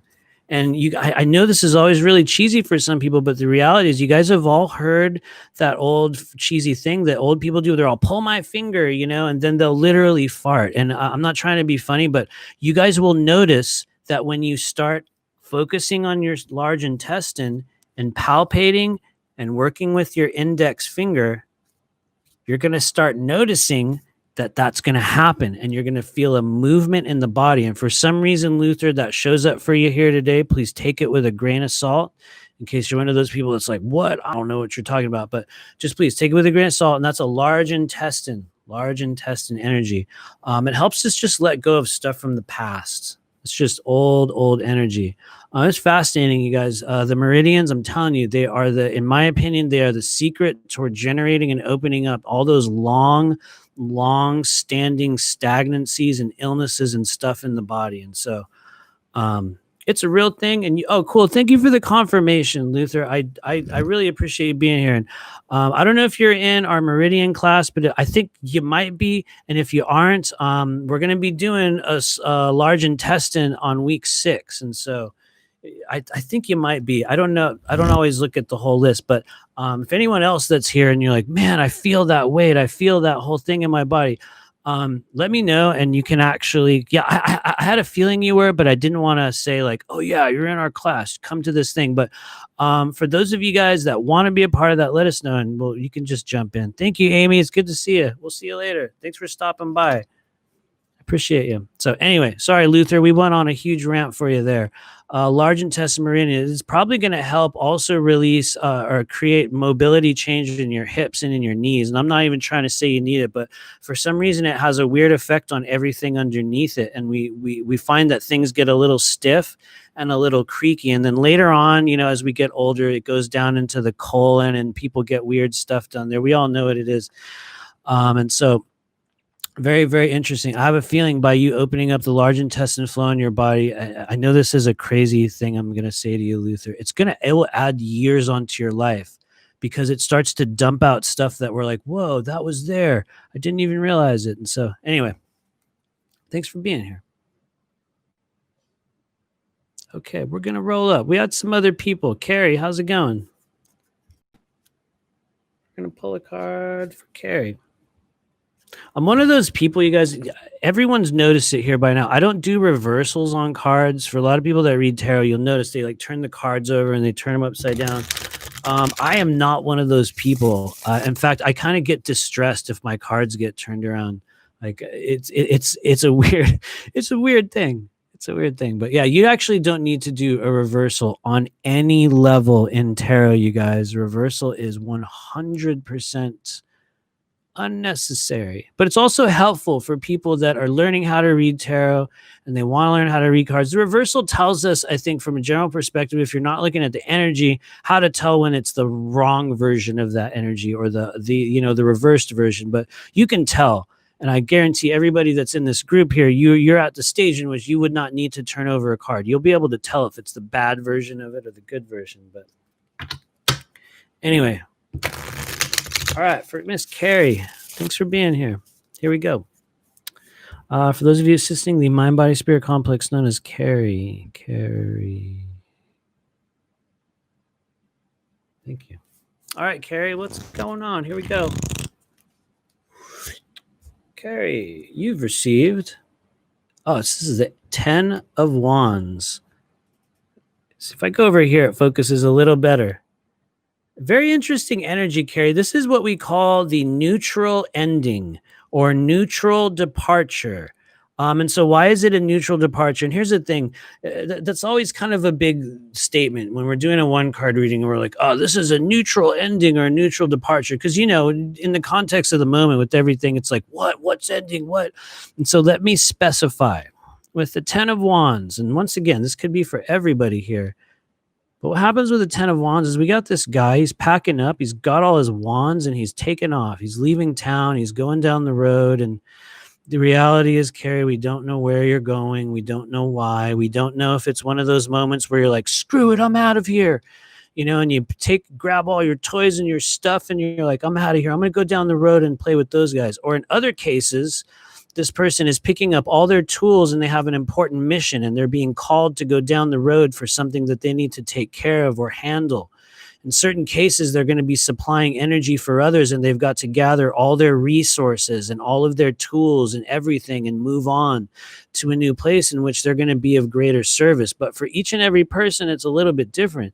In other areas of your life, Carrie, this is a card that shows up when we leave jobs, when we walk away from things, not always in a bad way. I have to stress that. He's walking away, but one of the clues we have, Carrie, is that you don't get to see his face, which is very important in tarot. You don't get to see his face. And so we don't know. Is he upset? Is he joyful? Is he in a hurry on a mission? Is he fleeing? We don't know. And so that's why I call it the neutral ending, because you get to decide where you're going. You get to decide, why you're gathering all those things and going off.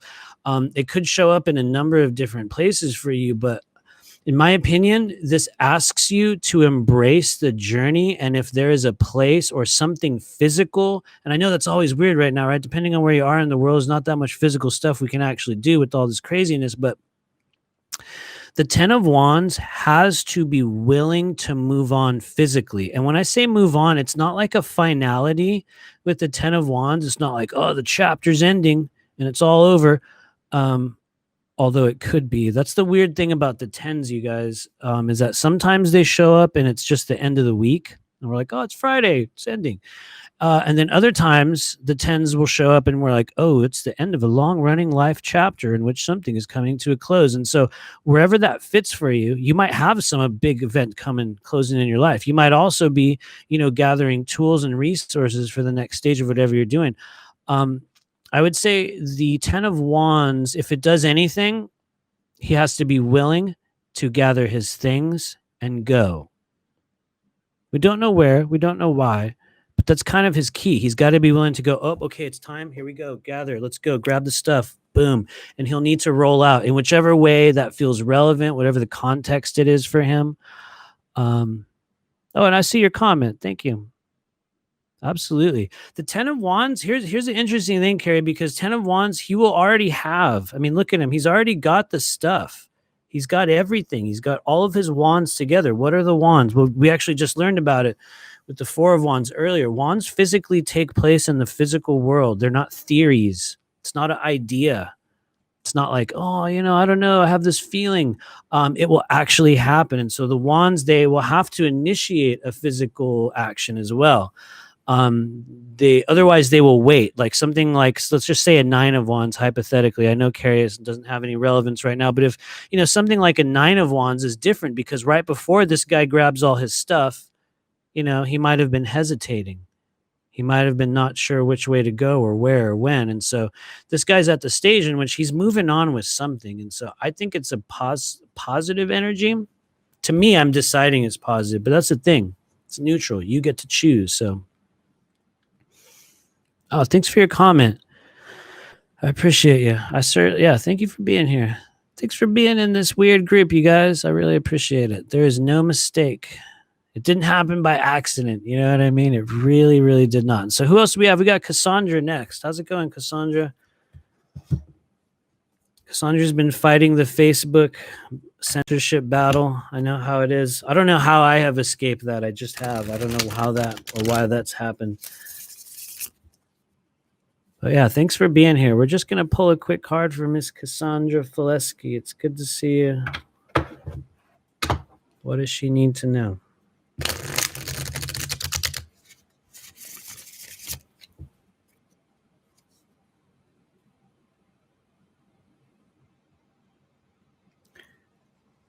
I would say this is going to be going into the deep end of the pool, Cassandra. I think that you probably already know this.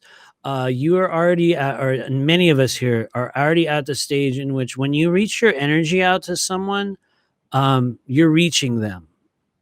It's not like I'm daydreaming and I'm just thinking of X, Y, and Z. Although that can be an entirely separate thing in which we're not connecting with that person's energy. But some people will already be reaching the point in this fourth density activation where if you consciously and intentionally tap into a person right now, Cassandra, you're going to get that person. I mean that very sincerely. So I think it's a positive thing because that will tell you that you're reaching a legitimate stage of energetic activation in which I think it's time to trust some sort of, or I shouldn't say trust, closely monitor the quality of internal dialogue that you receive upon connecting with another person's energy. Because I think you're going to find not only did the content change, but there's going to be an interchange. There's like an exchange that happens, and it's probably going to be real. I say probably. Here's the thing. Why do I say probably, Cassandra? Because not everyone is able to receive the data, discern it, or then send it back. And so in some cases, it's like you're sending out messages or energy and it just, it's never gets received. It gets received, but the person might not actually be aware of the content. And so most of us aren't. I would say that like 98% people are not aware of that emotional messaging system. But for people that are, and honestly, if you're on this live stream right now, there's not very many of us here. It's probably because you are one of those people where now when you are thinking of someone, you're really connecting with the energy. It's part of our journey here in fourth density. And so, sorry, I didn't even pull the card yet, but let's see. For Miss Cassandra, interesting. Another 10. The 10 of Cups. Absolutely. Interesting. I see your comment there. Yes, continue to experiment with it, please. I mean that very, very seriously. You absolutely can. Yeah, and you need to trust yourself, okay? Because I can feel you. Yes, trust yourself. And I would say you're at the stage in which you should start doing experiments with people and being like, hey, I'm going to send you this message and you're going to tell me if you get it. And, there's a number of ways in which you can start to test that protocol. But it is real. It is not a joke. It is not we're not living in a sci-fi movie anymore, you guys. There is a literal quantum, I was wanting to say internet, but it's such a cheesy thing. It's literally a quantum fourth density astral space in which time is it's not entirely irrelevant, but it passes very, very differently. And we are all in that space, literally at this moment. Some of us are more tapped into it. The cool thing is everyone is going to be. So Cassandra, sorry to go on a rant. You have the 10 of Cups, which, like the 10 of Wands, it's an ending, but it's a very blissful one. We will come to very positive closures of long-running things in our life with the 10 of Cups. You will also have accumulated a lot of experience. This shows up when we've accumulated experience and we're going into another stage. We're passing through a gateway. Nobody, even if you ever looked at a tarot card for the first time, no one's going to tell you this is negative. Now, depending on the situation, it could, we could get a reversal of this energy. But when we do it as a one-card reading, I think it asks you to embrace all the wealth of experience that you've picked up over the past 10 years during this awakening and this ascension process, and all the versions of you. Kind of like all the many Facebook accounts have a persona of their own. The 10 of Cups is the gathering together and the coalescing of that energy, and you will go through a gateway and become another version of yourself. But it's very positive. It's absolutely positive. And so embrace the endings and the transitions in your world. Positive events. You can tell I got a little bit distracted there. Who's next after Cassandra? Thank you for being here, by the way. Oh, we have Miriam. All right. Good to see you, Miriam. It's good to see you once again. So we're going to pull a card for Miriam. If you are still here in this group and you are waiting for a reading, put your name in the chat. Because as you can see, there's a lot of stuff, but there's not a lot of people here. So it just helps me know who's coming up next. Right now, we're going to do Miriam, and there may be somebody after Miriam. I don't know. But if there is, let me know, guys. Who's after Miriam? Who are we going to read for after Miriam? In the meantime, let's pull a card for Miriam.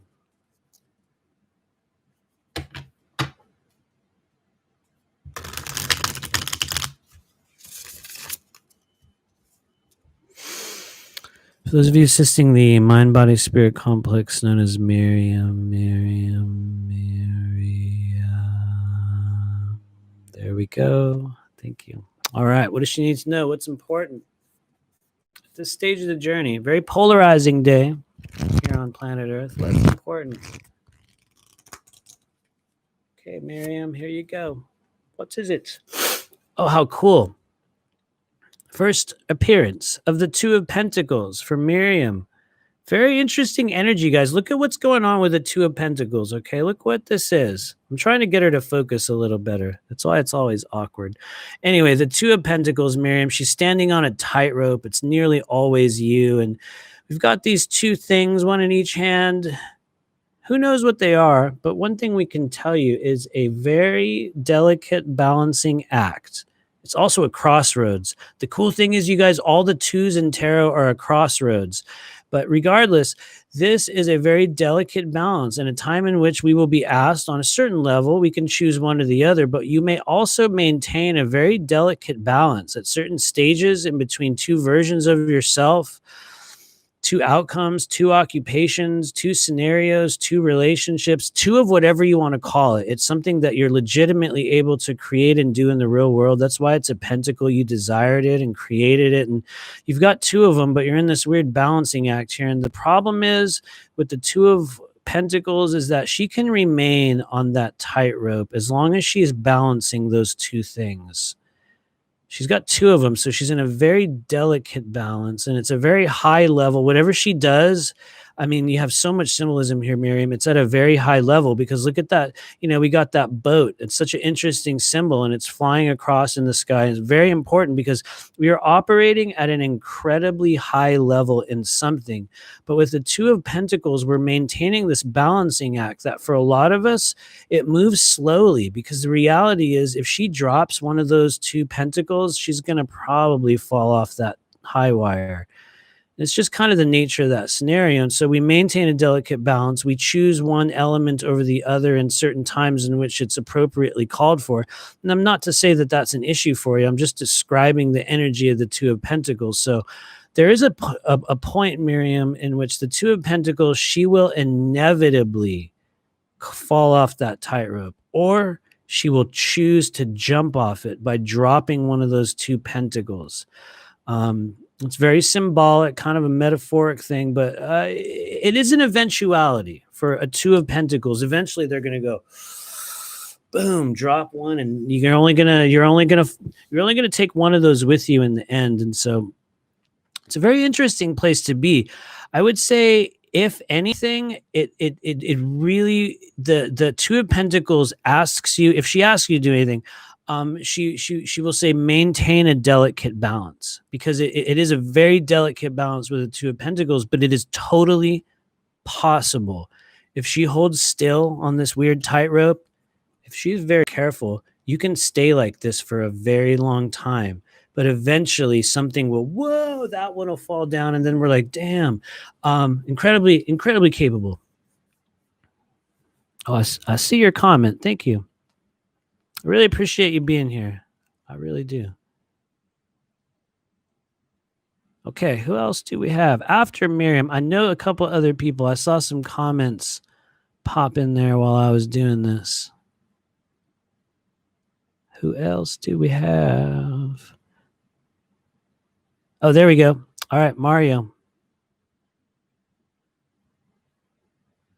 Or Mao. Should we call you Mao? I don't know. Anyway, sorry.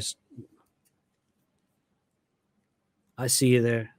Mario, totally. I was just checking the comments. I know that got a little random for a second. All right, for those of you assisting the mind, body, spirit complex known as Mario. After that, we're going to do Miroslav as well. I see you. We got Diana as well. Thanks, everybody. In the meantime, we're gonna see what's going on with Mario. For those of you assisting Mario at this stage of the journey, Mario, stomach meridian, instantly stomach. Wow, thank you for being so open, my friend. Emotional well-being, it is affected by food. That's the thing. It will be affected by food. In certain cases, there'll be a lot more of it. In certain cases, there will be a lot less of it.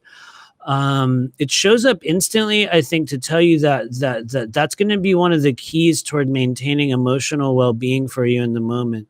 And I would say also what feels like an ability to make really quick decisions in something. It doesn't look like a difficult decisionary moment, I don't think, but it's almost like something is a little bit slow, and I feel like it has to do with stomach meridian, just either too much or not enough of something. And I could even go, I would even go so far as to say,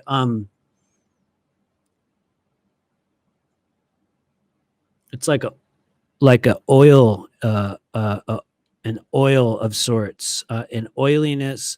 In certain cases, it could just be signaling food related or dietary related emotional changes, meaning that not that it would be a toxic or negative thing, but that the food or the dietary, like whatever the pH balance in the body, will be affected by the emotional state. And actually, I see. Okay, perfect. I see your comment. Thank you, Mario. My Lord, you are really helping us figure out that charge. It's the fasting. My God, thank you so much. Instantly stomach meridian. So that will also be a clue that you are legitimately clearing that energy, that it's passing. It could also be a clue that, especially when we go through these fasting processes, it's like you'll get this sort of, it's a really weird concept, but it's like you'll get a gas off. It's like this gas out, like this sort of essence will sort of like release from the body. Some people get really elevated during that period, but other people,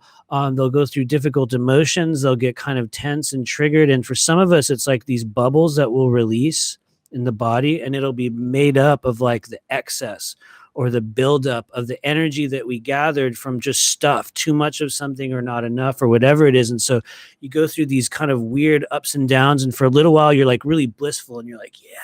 And then later on, it's like this, cool. I see your comments. Thank you. Awesome.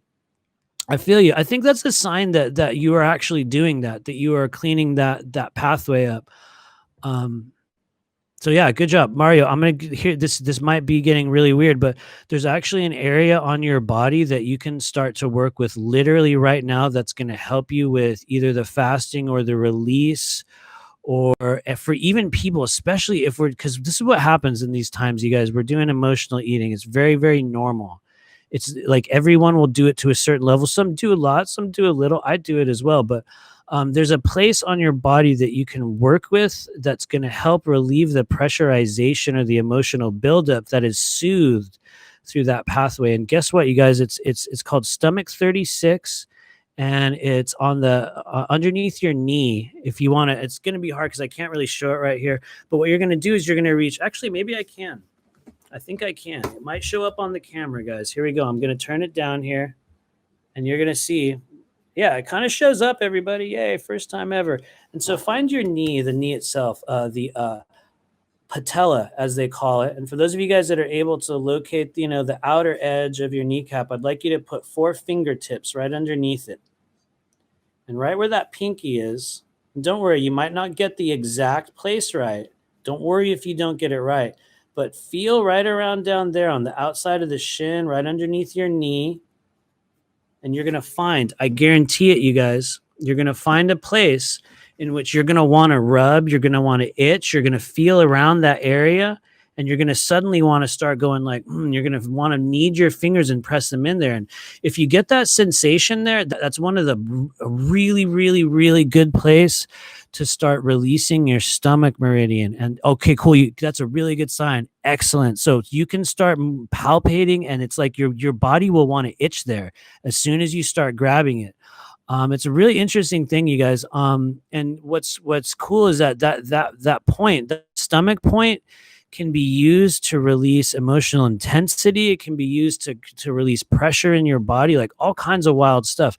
For some people, it works really good. For some people, it can be, not as responsive, but it's one of those places. There's all these places on your body where they will tell you things about other organs or other placements. And that is totally it. So cool. Thank you. Thanks for being here, Mario. Just going to do a really quick card because I know we were going to pull a card for you. And don't worry, you guys, we're going to get to everybody. I apologize. We're going on a long run here. For anyone else that's here that wants a reading, don't forget, put your name in the chat. Put your name in the chat. After this, I think we're doing Miroslav. In the meantime, Mario, you got a Page of Swords, my friend. Actually, very, very active, very communicative, very vocal. This is you in certain stages, you guys. Page of Swords is testing new abilities. They've picked up some new tools. It's like a very young woman in this image, and she's holding a very large sword, and it's very shiny. And you can see she's like running through the field with it. And this is a very, very useful energy because number one, it's about the throat chakra. It's about testing new versions of yourself. It's about people with the Page of Swords energy. They're going to be speaking a lot. They're going to be showing up and going, hey, hey, hey, and talking a lot. But the problem is that they might not necessarily know exactly what they're talking about. They might not necessarily, in certain cases, they'll just be ranting. Like I will actually do that a lot as well. But the Page of Swords, I think in general, she will embrace that energy, but she will also need to be very careful because the Page of Swords will be one of those people. You know, we've all had this in our own way, Mario. But the Page of Swords will roll in to a situation, and she has this giant sword. She's like, "Check it out, you guys!" Woo! And she starts like swinging it around, and she'll accidentally cut her own head off. Which is awkward, right? You're like, whoa, really? That's where you went with it? Yeah, actually, yes. Or she'll be running around with that sword and she'll just trip and fall and it'll just like stab right in her. And those are weird ways to kind of metaphorically explain that. But sometimes we do that with a Page of Swords and then we sort of get caught up in something. And it's not negative. I have to be very careful, Mario. It's definitely not negative energy. But she's testing new versions of herself and she's really opening a throat chakra energy as well. So it's not what she says, it's the way that she says it. I hope that makes sense. Thank you. Yeah, I know it gets a little weird with the Page of Swords. That's kind of her like archetype. What's cool about Page of Swords though is if you really identify with that energy, she's one of those people that will also in moments they'll be the one person that says it. You know how sometimes there's this kid, you know, every now and then we'll see, you know, like this little kid shows up and goes, hey, what's the da da da? And, you know, and like the little kid is saying what everyone is thinking. And you're like, oh, somebody said it. Page of Swords will say it.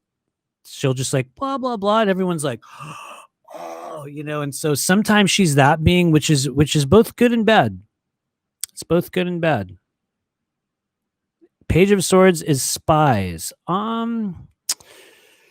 I would say Seven of Swords could be a spy energy, but depending on the context, it's possible. It's possible. I would say anything's possible in tarot. There's certain kind of like archetypes that will kind of stay the same no matter what, but it could be. It could be. Who else did we have? I think we had Miroslav. I hope you're still here. How's it going? Yes, Miroslav, I see you. There you are. Okay, and please, if there's anybody else, you guys put your name in the chat if you want to get a card read. It's totally possible. Oh, Diana Ronsley, you're here too. Thank you. So we're going to do Miroslav and then Diana. Thank you. And please let me know if I'm skipping anyone. This is a good day if you want to get a reading, guys. Miroslav. Yes, Janelle, you are in there as well. Thanks for being here. That's the cool thing about being in the Patreon group, you guys, is you're definitely going to get a card read. Sometimes we do it on Facebook and all, you know, just like a lot of random energy. But this is the cool thing about this. That's why we're here. So yes, Janelle, you're in there as well. In the meantime, Miroslav. So we got Miroslav coming up. We're going to do Diana Ronsley after that. And then we got Janelle in, and we got time. If there's anyone else that's still hanging around and you're like, oh yeah, I don't know, maybe do I want this? You can, or you can just try another one later. Not everyone's into tarot. I get it. So, you know, only if it feels right. We're just looking at what's going on. What do we need to know? Sorry, Miroslav. You can tell I'm kind of stalling. Okay. For the mind-body-spirit complex known as Miroslav.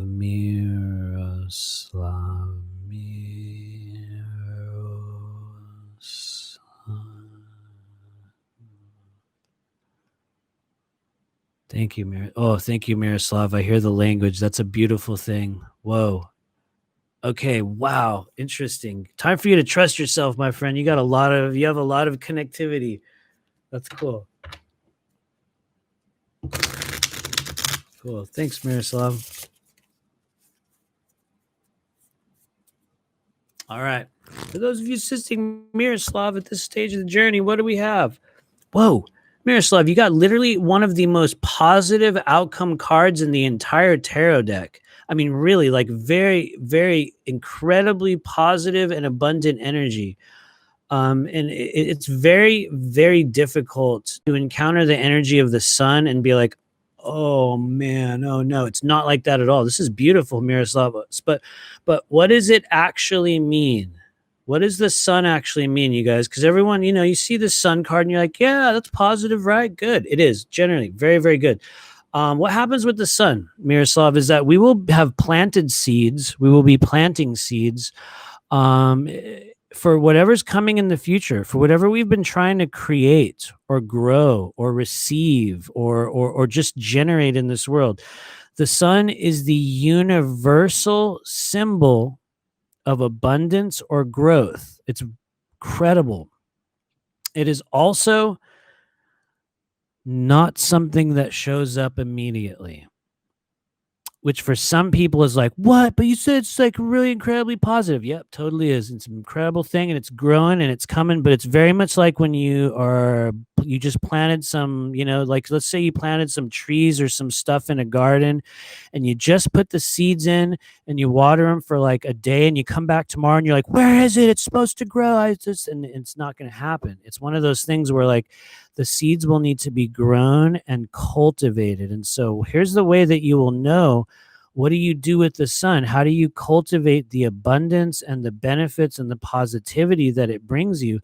For some people, it's oversimplified because it asks you to focus only on the things that are positive. It's focusing, and here's what's crazy, Miroslav, because sometimes in this world, you hear people go, oh, if you focus only on the positive things, that's irresponsible. You shouldn't. You got to look at everything. But every now and then, we get these signposts, especially in multidimensional tarot, that are like, actually, if you want to create and experience what this energy means to you, and for everyone, it's going to mean something a little bit different.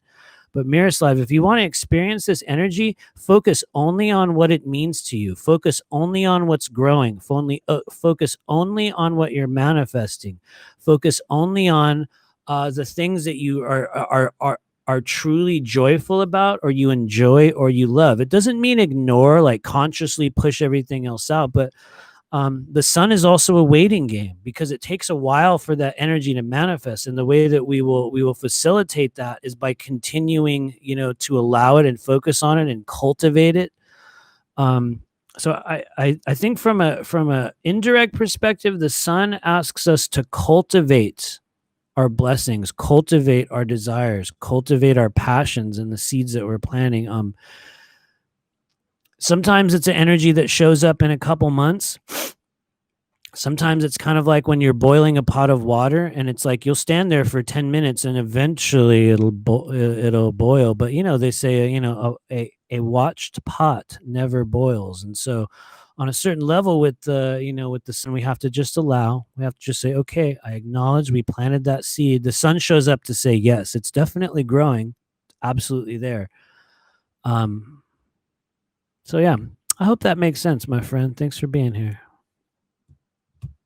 Thank you, Miroslav. And as I recall, we had Diana Ronsley after that. Hello, Genevieve. Yes, absolutely. Absolutely. You'll be in there too. We're going to do Diana Ronsley. We're going to do Janelle Lynn. And then we got Genevieve after that. So for Miss Diana Ronsley, wherever you are in the world, I think you're still here. You might not be. It's okay even if you're not. For Miss Diana Ronsley.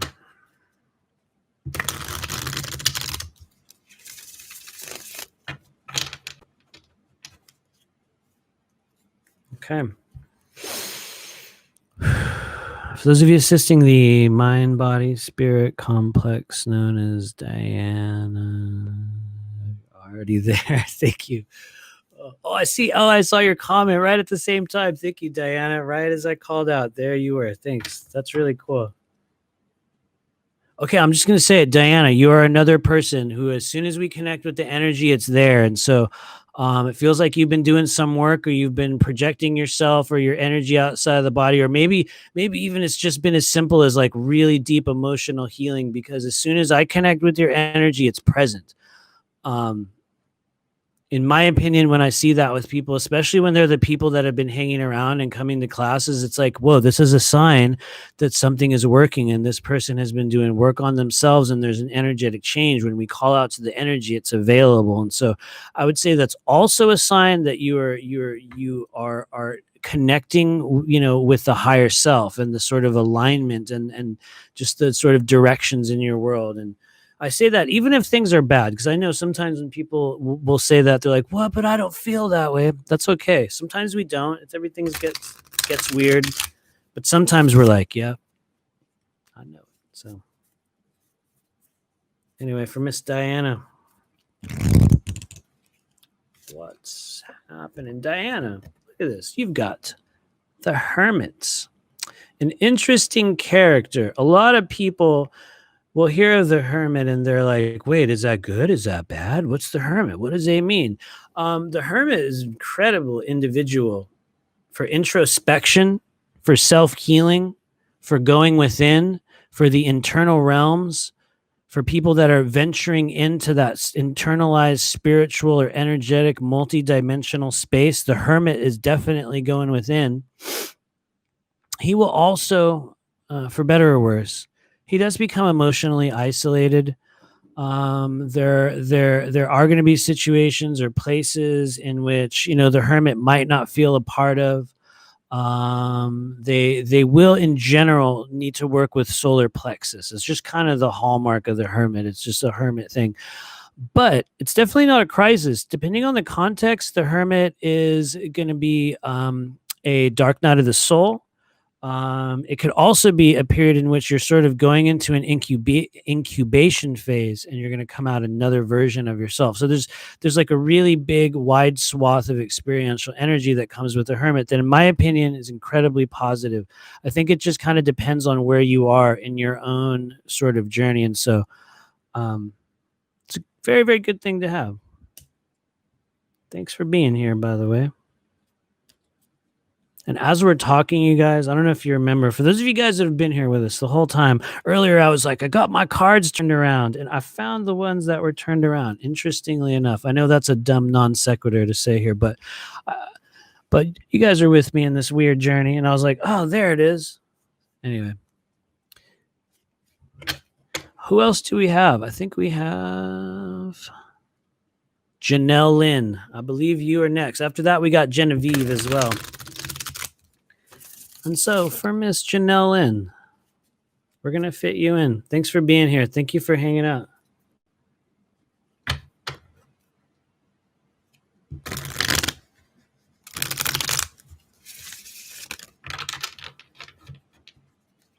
Okay, for the mind-body-spirit complex known as Janelle.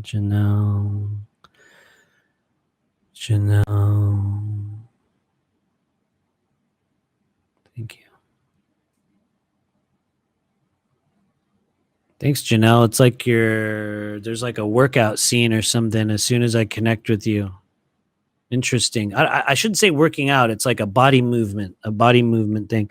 All right, let's see. For those of you assisting Janelle, and you're going to see it live in the moment, whatever shows up. What's important for Janelle today, you guys? What's happening? What does she need to know? Oh, wow.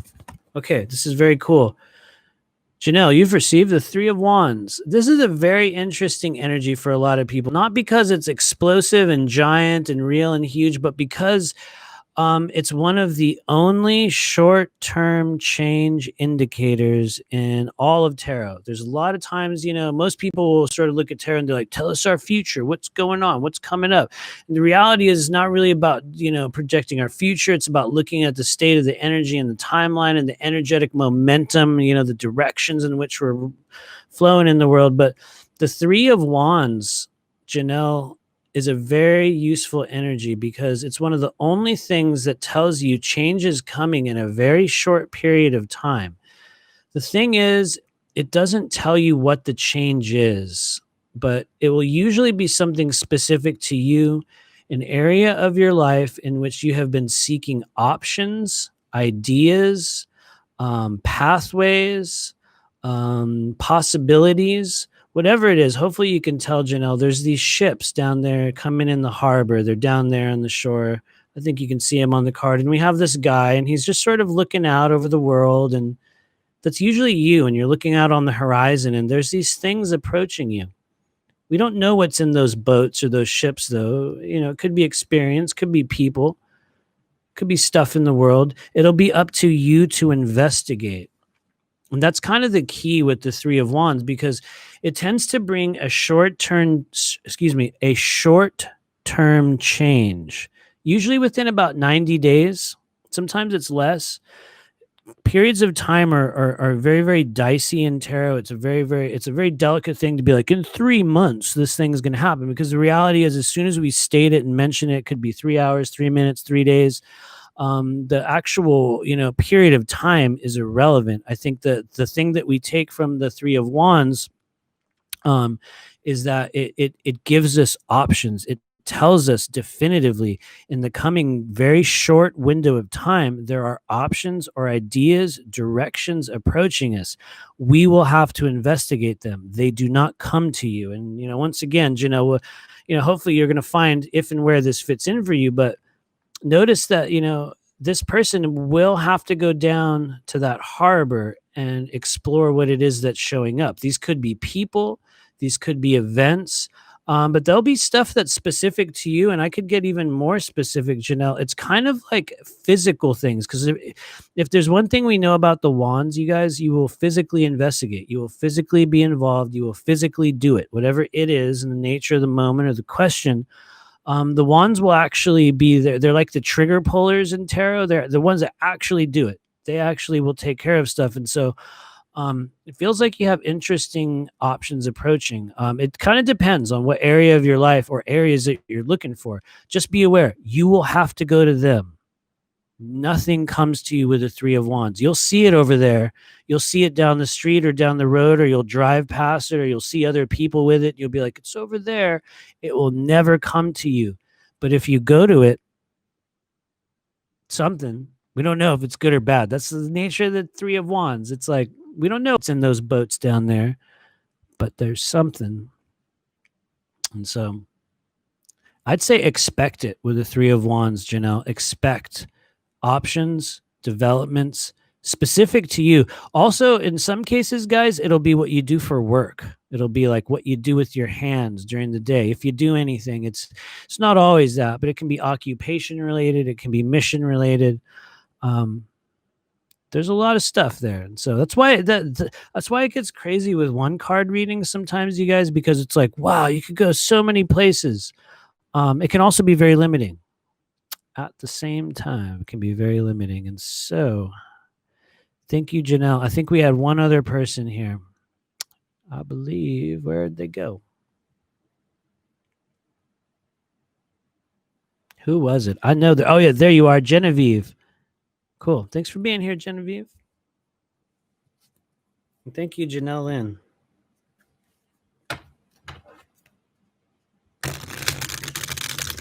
I appreciate everybody hanging out here today. Don't forget, we are going to be doing, and this is also the down slide. For those of you guys that came in really late, we had a bunch of slides we were going to use, but I was not able to share them. I was not able to share them over YouTube. I thought there was a way, because maybe there used to be. Anyway, one of the slides, don't worry, Genevieve, we're definitely still doing your reading. But one of the slides, we were talking about how we're going to be meeting on November 21st. November 21st is the next official Blue Flame Collective gathering. So real quickly, we're going to do Genevieve's reading real quick, not to go on a weird rant. Then we're going to talk about that next. Well, I'll tell you guys what we're doing in the coming weeks. But for now,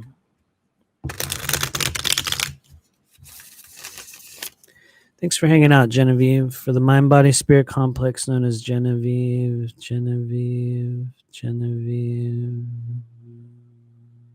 Thank you. All right. Genevieve, instantly a lot of mental energy, like a lot of cycling, a lot of you, and this is not a negative thing. We all do it to a certain extent, but it's you repeating. It's like you constantly looking, or it's like a repeat or a repetitious kind of thing. It feels like a mental body energy.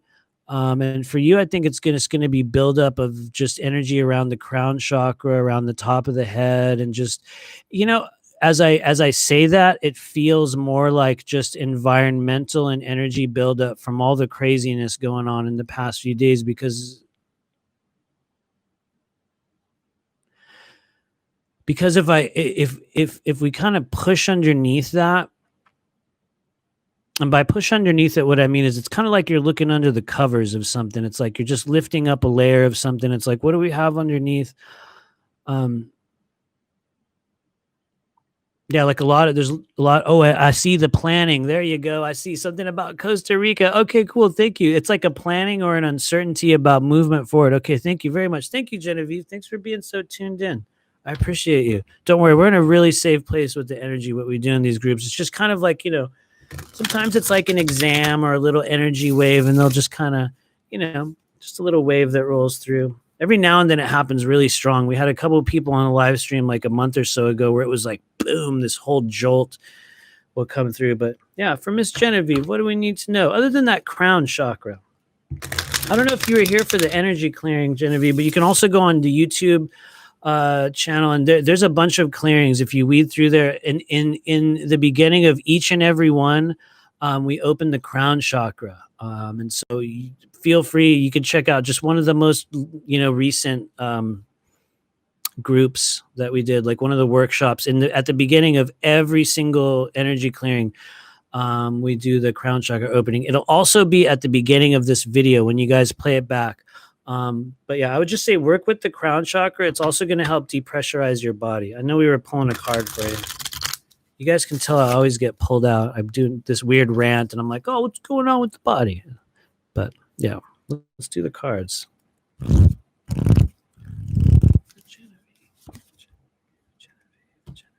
Genevieve.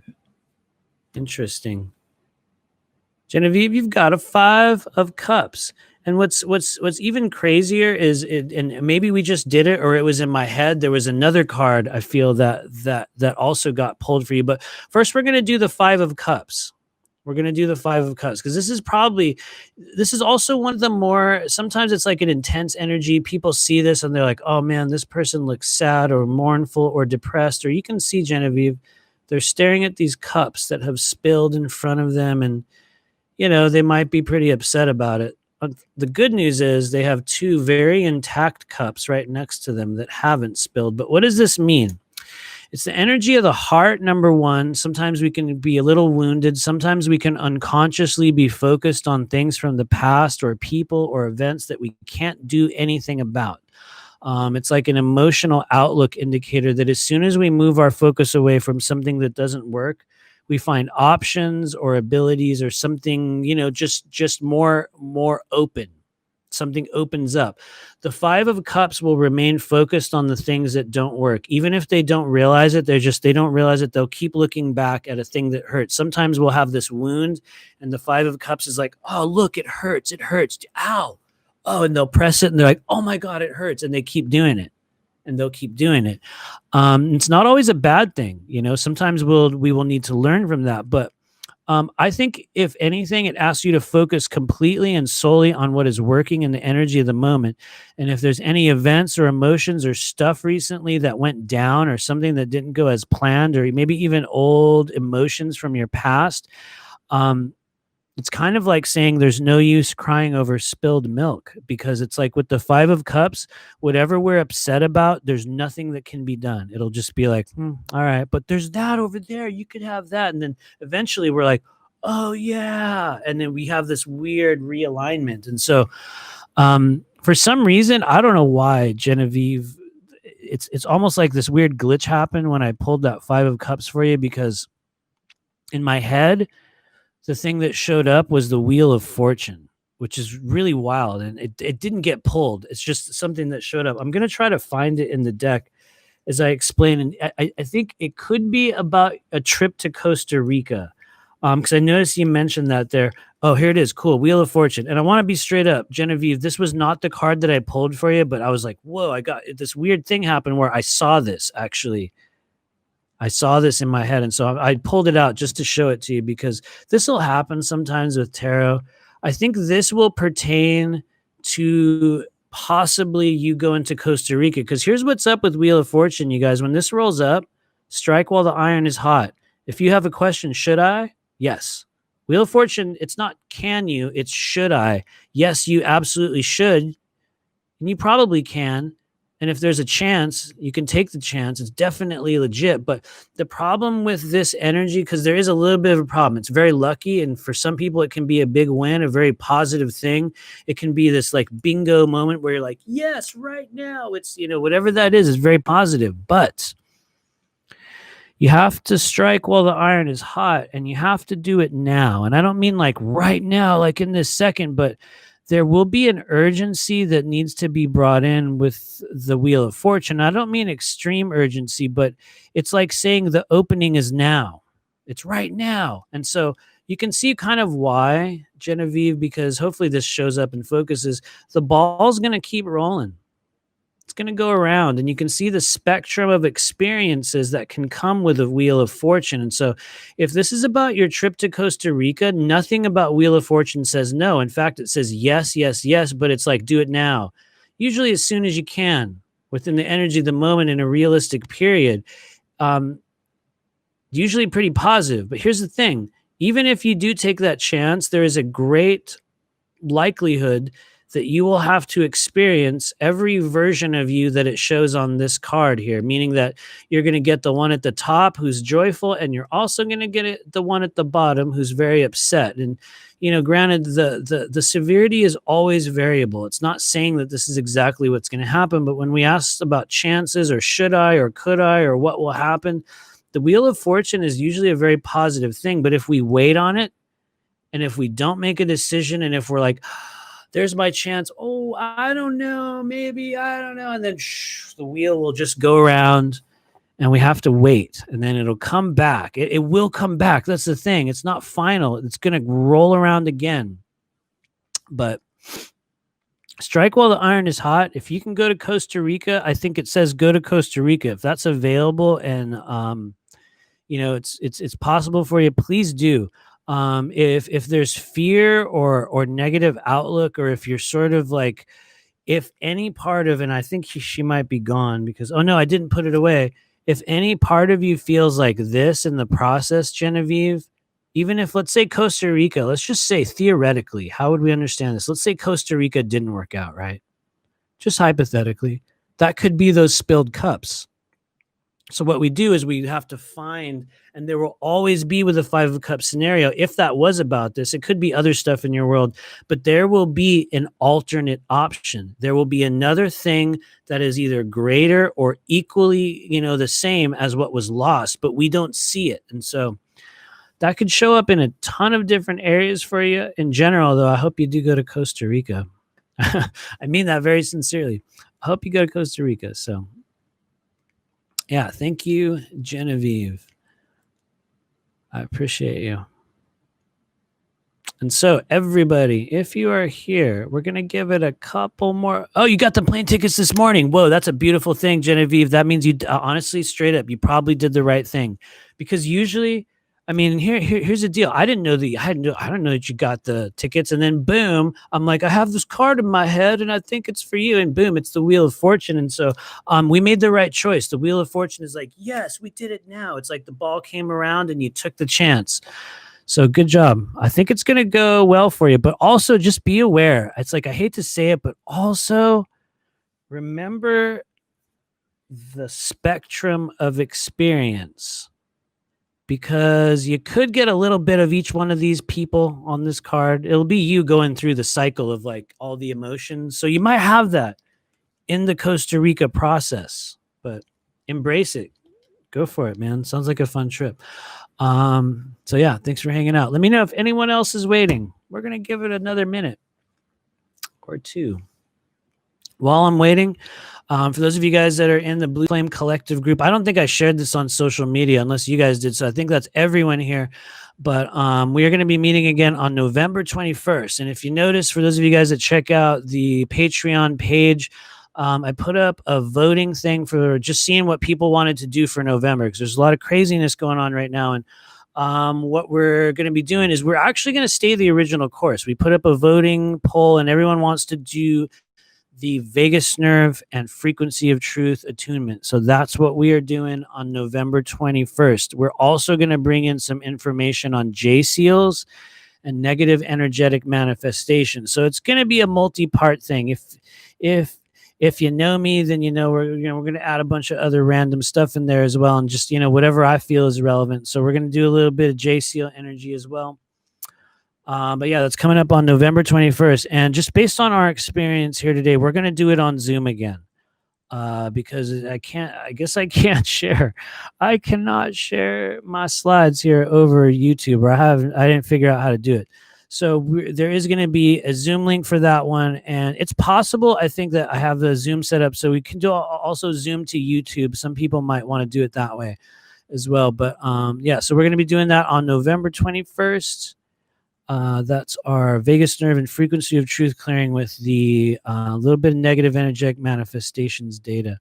I see your final comment there. Larissa says, can you pull one for my sister? Her name is Kara. Actually, I will tell you straight up. Usually, I kind of don't. I don't do like secondary readings, but honestly, because you're here and because your sister's here and because you're a part of this group, I'm totally going to do it. And also because, there's a good amount of people here, so it's not a big deal. But yeah, absolutely. Before we go, we're going to pull a card for Rissa's sister, Kara.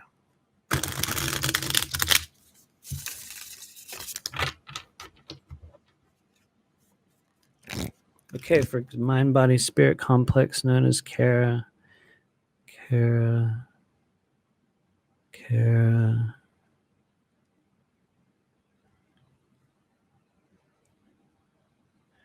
Self-trust. Something about self-trust. It's like she needs to trust an aspect of herself. There's something about having faith in yourself, or it's almost like a toughening up in a strange way. It's like either that's coming or it's happening. There's like an improvement in some area. I would say and this is not necessarily the physical signal that I get for Kara. It's just based on knowledge of where this energy goes. So you might not feel that, but that tends to be kind of a pericardium energy or triple warmer meridian energy. There can be self-doubt. There can be indecision. We can have barriers sometimes against intimacy or just experiencing certain types of just energies in the world, self-love, stuff like that. So I don't know, maybe she's felt like that, maybe she hasn't, and we're just kind of describing the energy that comes through. So, but yeah, for Kara, what does she need to know? What's important? You're going to see it right now. Boom. Kara, thank you for being here. This is going to be blurry on your guys' screens. It always shows up blurry. It's the King of Wands, you guys. For Kara, and hopefully you can tell, Rissa and Kara, hopefully you can see. I'm trying to get it to focus. One of these days we'll get it. But anyway, the King of Wands, you guys, he's got his hand out. It's a very important piece of symbolism. It's really important because as an archetype or a stage of your life, or let's say as a one-card reading, the King of Wands is coming to a stage in which he has license to make it about him. In fact, he may need to make it about him. He may need to serve himself for a while. A lot of us will be conditioned to be subservient or to be a people pleaser, and I'm not saying that's any part of you, Kara. Maybe it is, maybe it isn't, but that's when the King of Wands rolls in, he's coming to a stage in which he will need to embrace his passions. He's going to need to find a quest. He's going to come to a stage in life where he has authorization, or you, Kara, have authorization to be like, it's my turn. In fact, they usually will have to do that. Otherwise, certain things won't be received. Certain things won't happen in the physical world. Sometimes we'll see the other side of this energy with people that are very narcissistic or very manipulative, or everyone knows a version of the King of Wands because they're that guy that's very hit it or quit it. They're like, give me what I want. No, I'm done. Okay, see you later. bounce, and then they're out. So there's another version of that that can become extreme. But I think the way it shows up for Kara is that I think you're being given license to embrace your desires and your passions, because if the King of Wands doesn't do that, he will become resentful and kind of toxic, and kind of he'll begin to lack self-trust and just kind of, drift in this weird way. And nothing bad really happens to the King of Wands. He doesn't die. He doesn't, nothing like that, but they'll just remain kind of disempowered, and they'll remain kind of in a weaker version of themselves until they realize that sort of king, quote unquote king, or I guess we could say queen energy within themselves. And so embrace your desires, embrace your passion, and it is time for you to ask for what is yours. You have a right to. King of Wands and also Queen of Wands. Sorry to go on a rant, Kara. They are at a stage in which if they want something over there, let's just make a weird kind of situation in which you would demonstrate that energy. You would go to a place or a store or a situation, and you'll look and you'll be like, I want that thing, or I want that food, or whatever that is. And you realize, what, actually I can have it. And wait, why am I not getting it? Okay, I can. And so that's the King of Wands. He has license to be like, you know what? I can, and I'm going to, and this is for me. And that's what they have to do. Otherwise, they can remain disempowered. So it's a beautiful thing. Make it about yourself. Anyway, sorry to go on a weird rant on that one, Kara. It's a beautiful thing to have.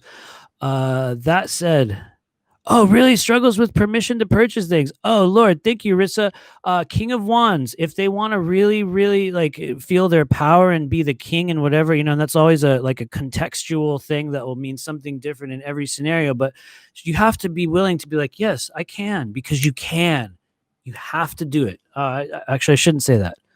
Not have to, but if he wants to be empowered, he gets to say, that's mine and I deserve it. So anyway, thank you, Kara. Thanks for being here. Thank you, Rissa. Thanks for hanging out, you guys. We're going to be meeting again on November 21st. It's going to be, I believe it's 1 p.m. We're doing these at 1 p.m. in the afternoon. Check-ins will be a little bit later. We also know, for those of you guys who are going to be watching the replay, it's a little bit weird for people in other areas of the world. And I want to let you know I'm open to doing this on a different time. Within reason. We might do one a little bit later here in the evening on the West Coast to allow people in Europe. It's really about who shows up and who wants to be here. And so at this stage in this group, we got just a little bit over 60, I think, around 60 people. And so, let us know what you guys want to do. And we're going to do another one of these check-ins in the coming month. But in the meantime, we will see each and every one of you, whoever's here, whoever hears the call on November 21st. In the meantime, you guys stay strong. Understand that there's a lot of craziness going on in the world, but at this stage of the game, you are part of a movement and a brotherhood and a tribe and a unit of liberators and mystics and healers. And even if you're at the stage of your life where you don't see that in yourself, even if you don't know how or what it is or how we're going to overcome this crazy darkness at this stage, because just as of today, a lot of people on the earth plane, we got a big hit, and you're like, what's going on? What's happening? Other people feel victorious, but wherever you are in that journey, there's a reason why you made it to this group. There's a mission, there's a calling, and there's a version of you that's coming out. And so I'm really honored to be here with you guys, and we're going to see you in the coming weeks. I know we've been going on and on. It's almost 3 hours. You guys know I'll do this for a while, but I love you guys, and we'll see you in the future. This is going to be for replay on YouTube shortly, so you guys can check it out on Patreon, and we'll put the slides, which you didn't get to see. They're going to be weird. They're going to be like, we didn't do any of that stuff. We're going to insert them in the Patreon page for you guys later. In the meantime, I love you all, and we'll see you in the coming weeks. Stay out of trouble, and yes, take the mask off. I love you guys. Peace.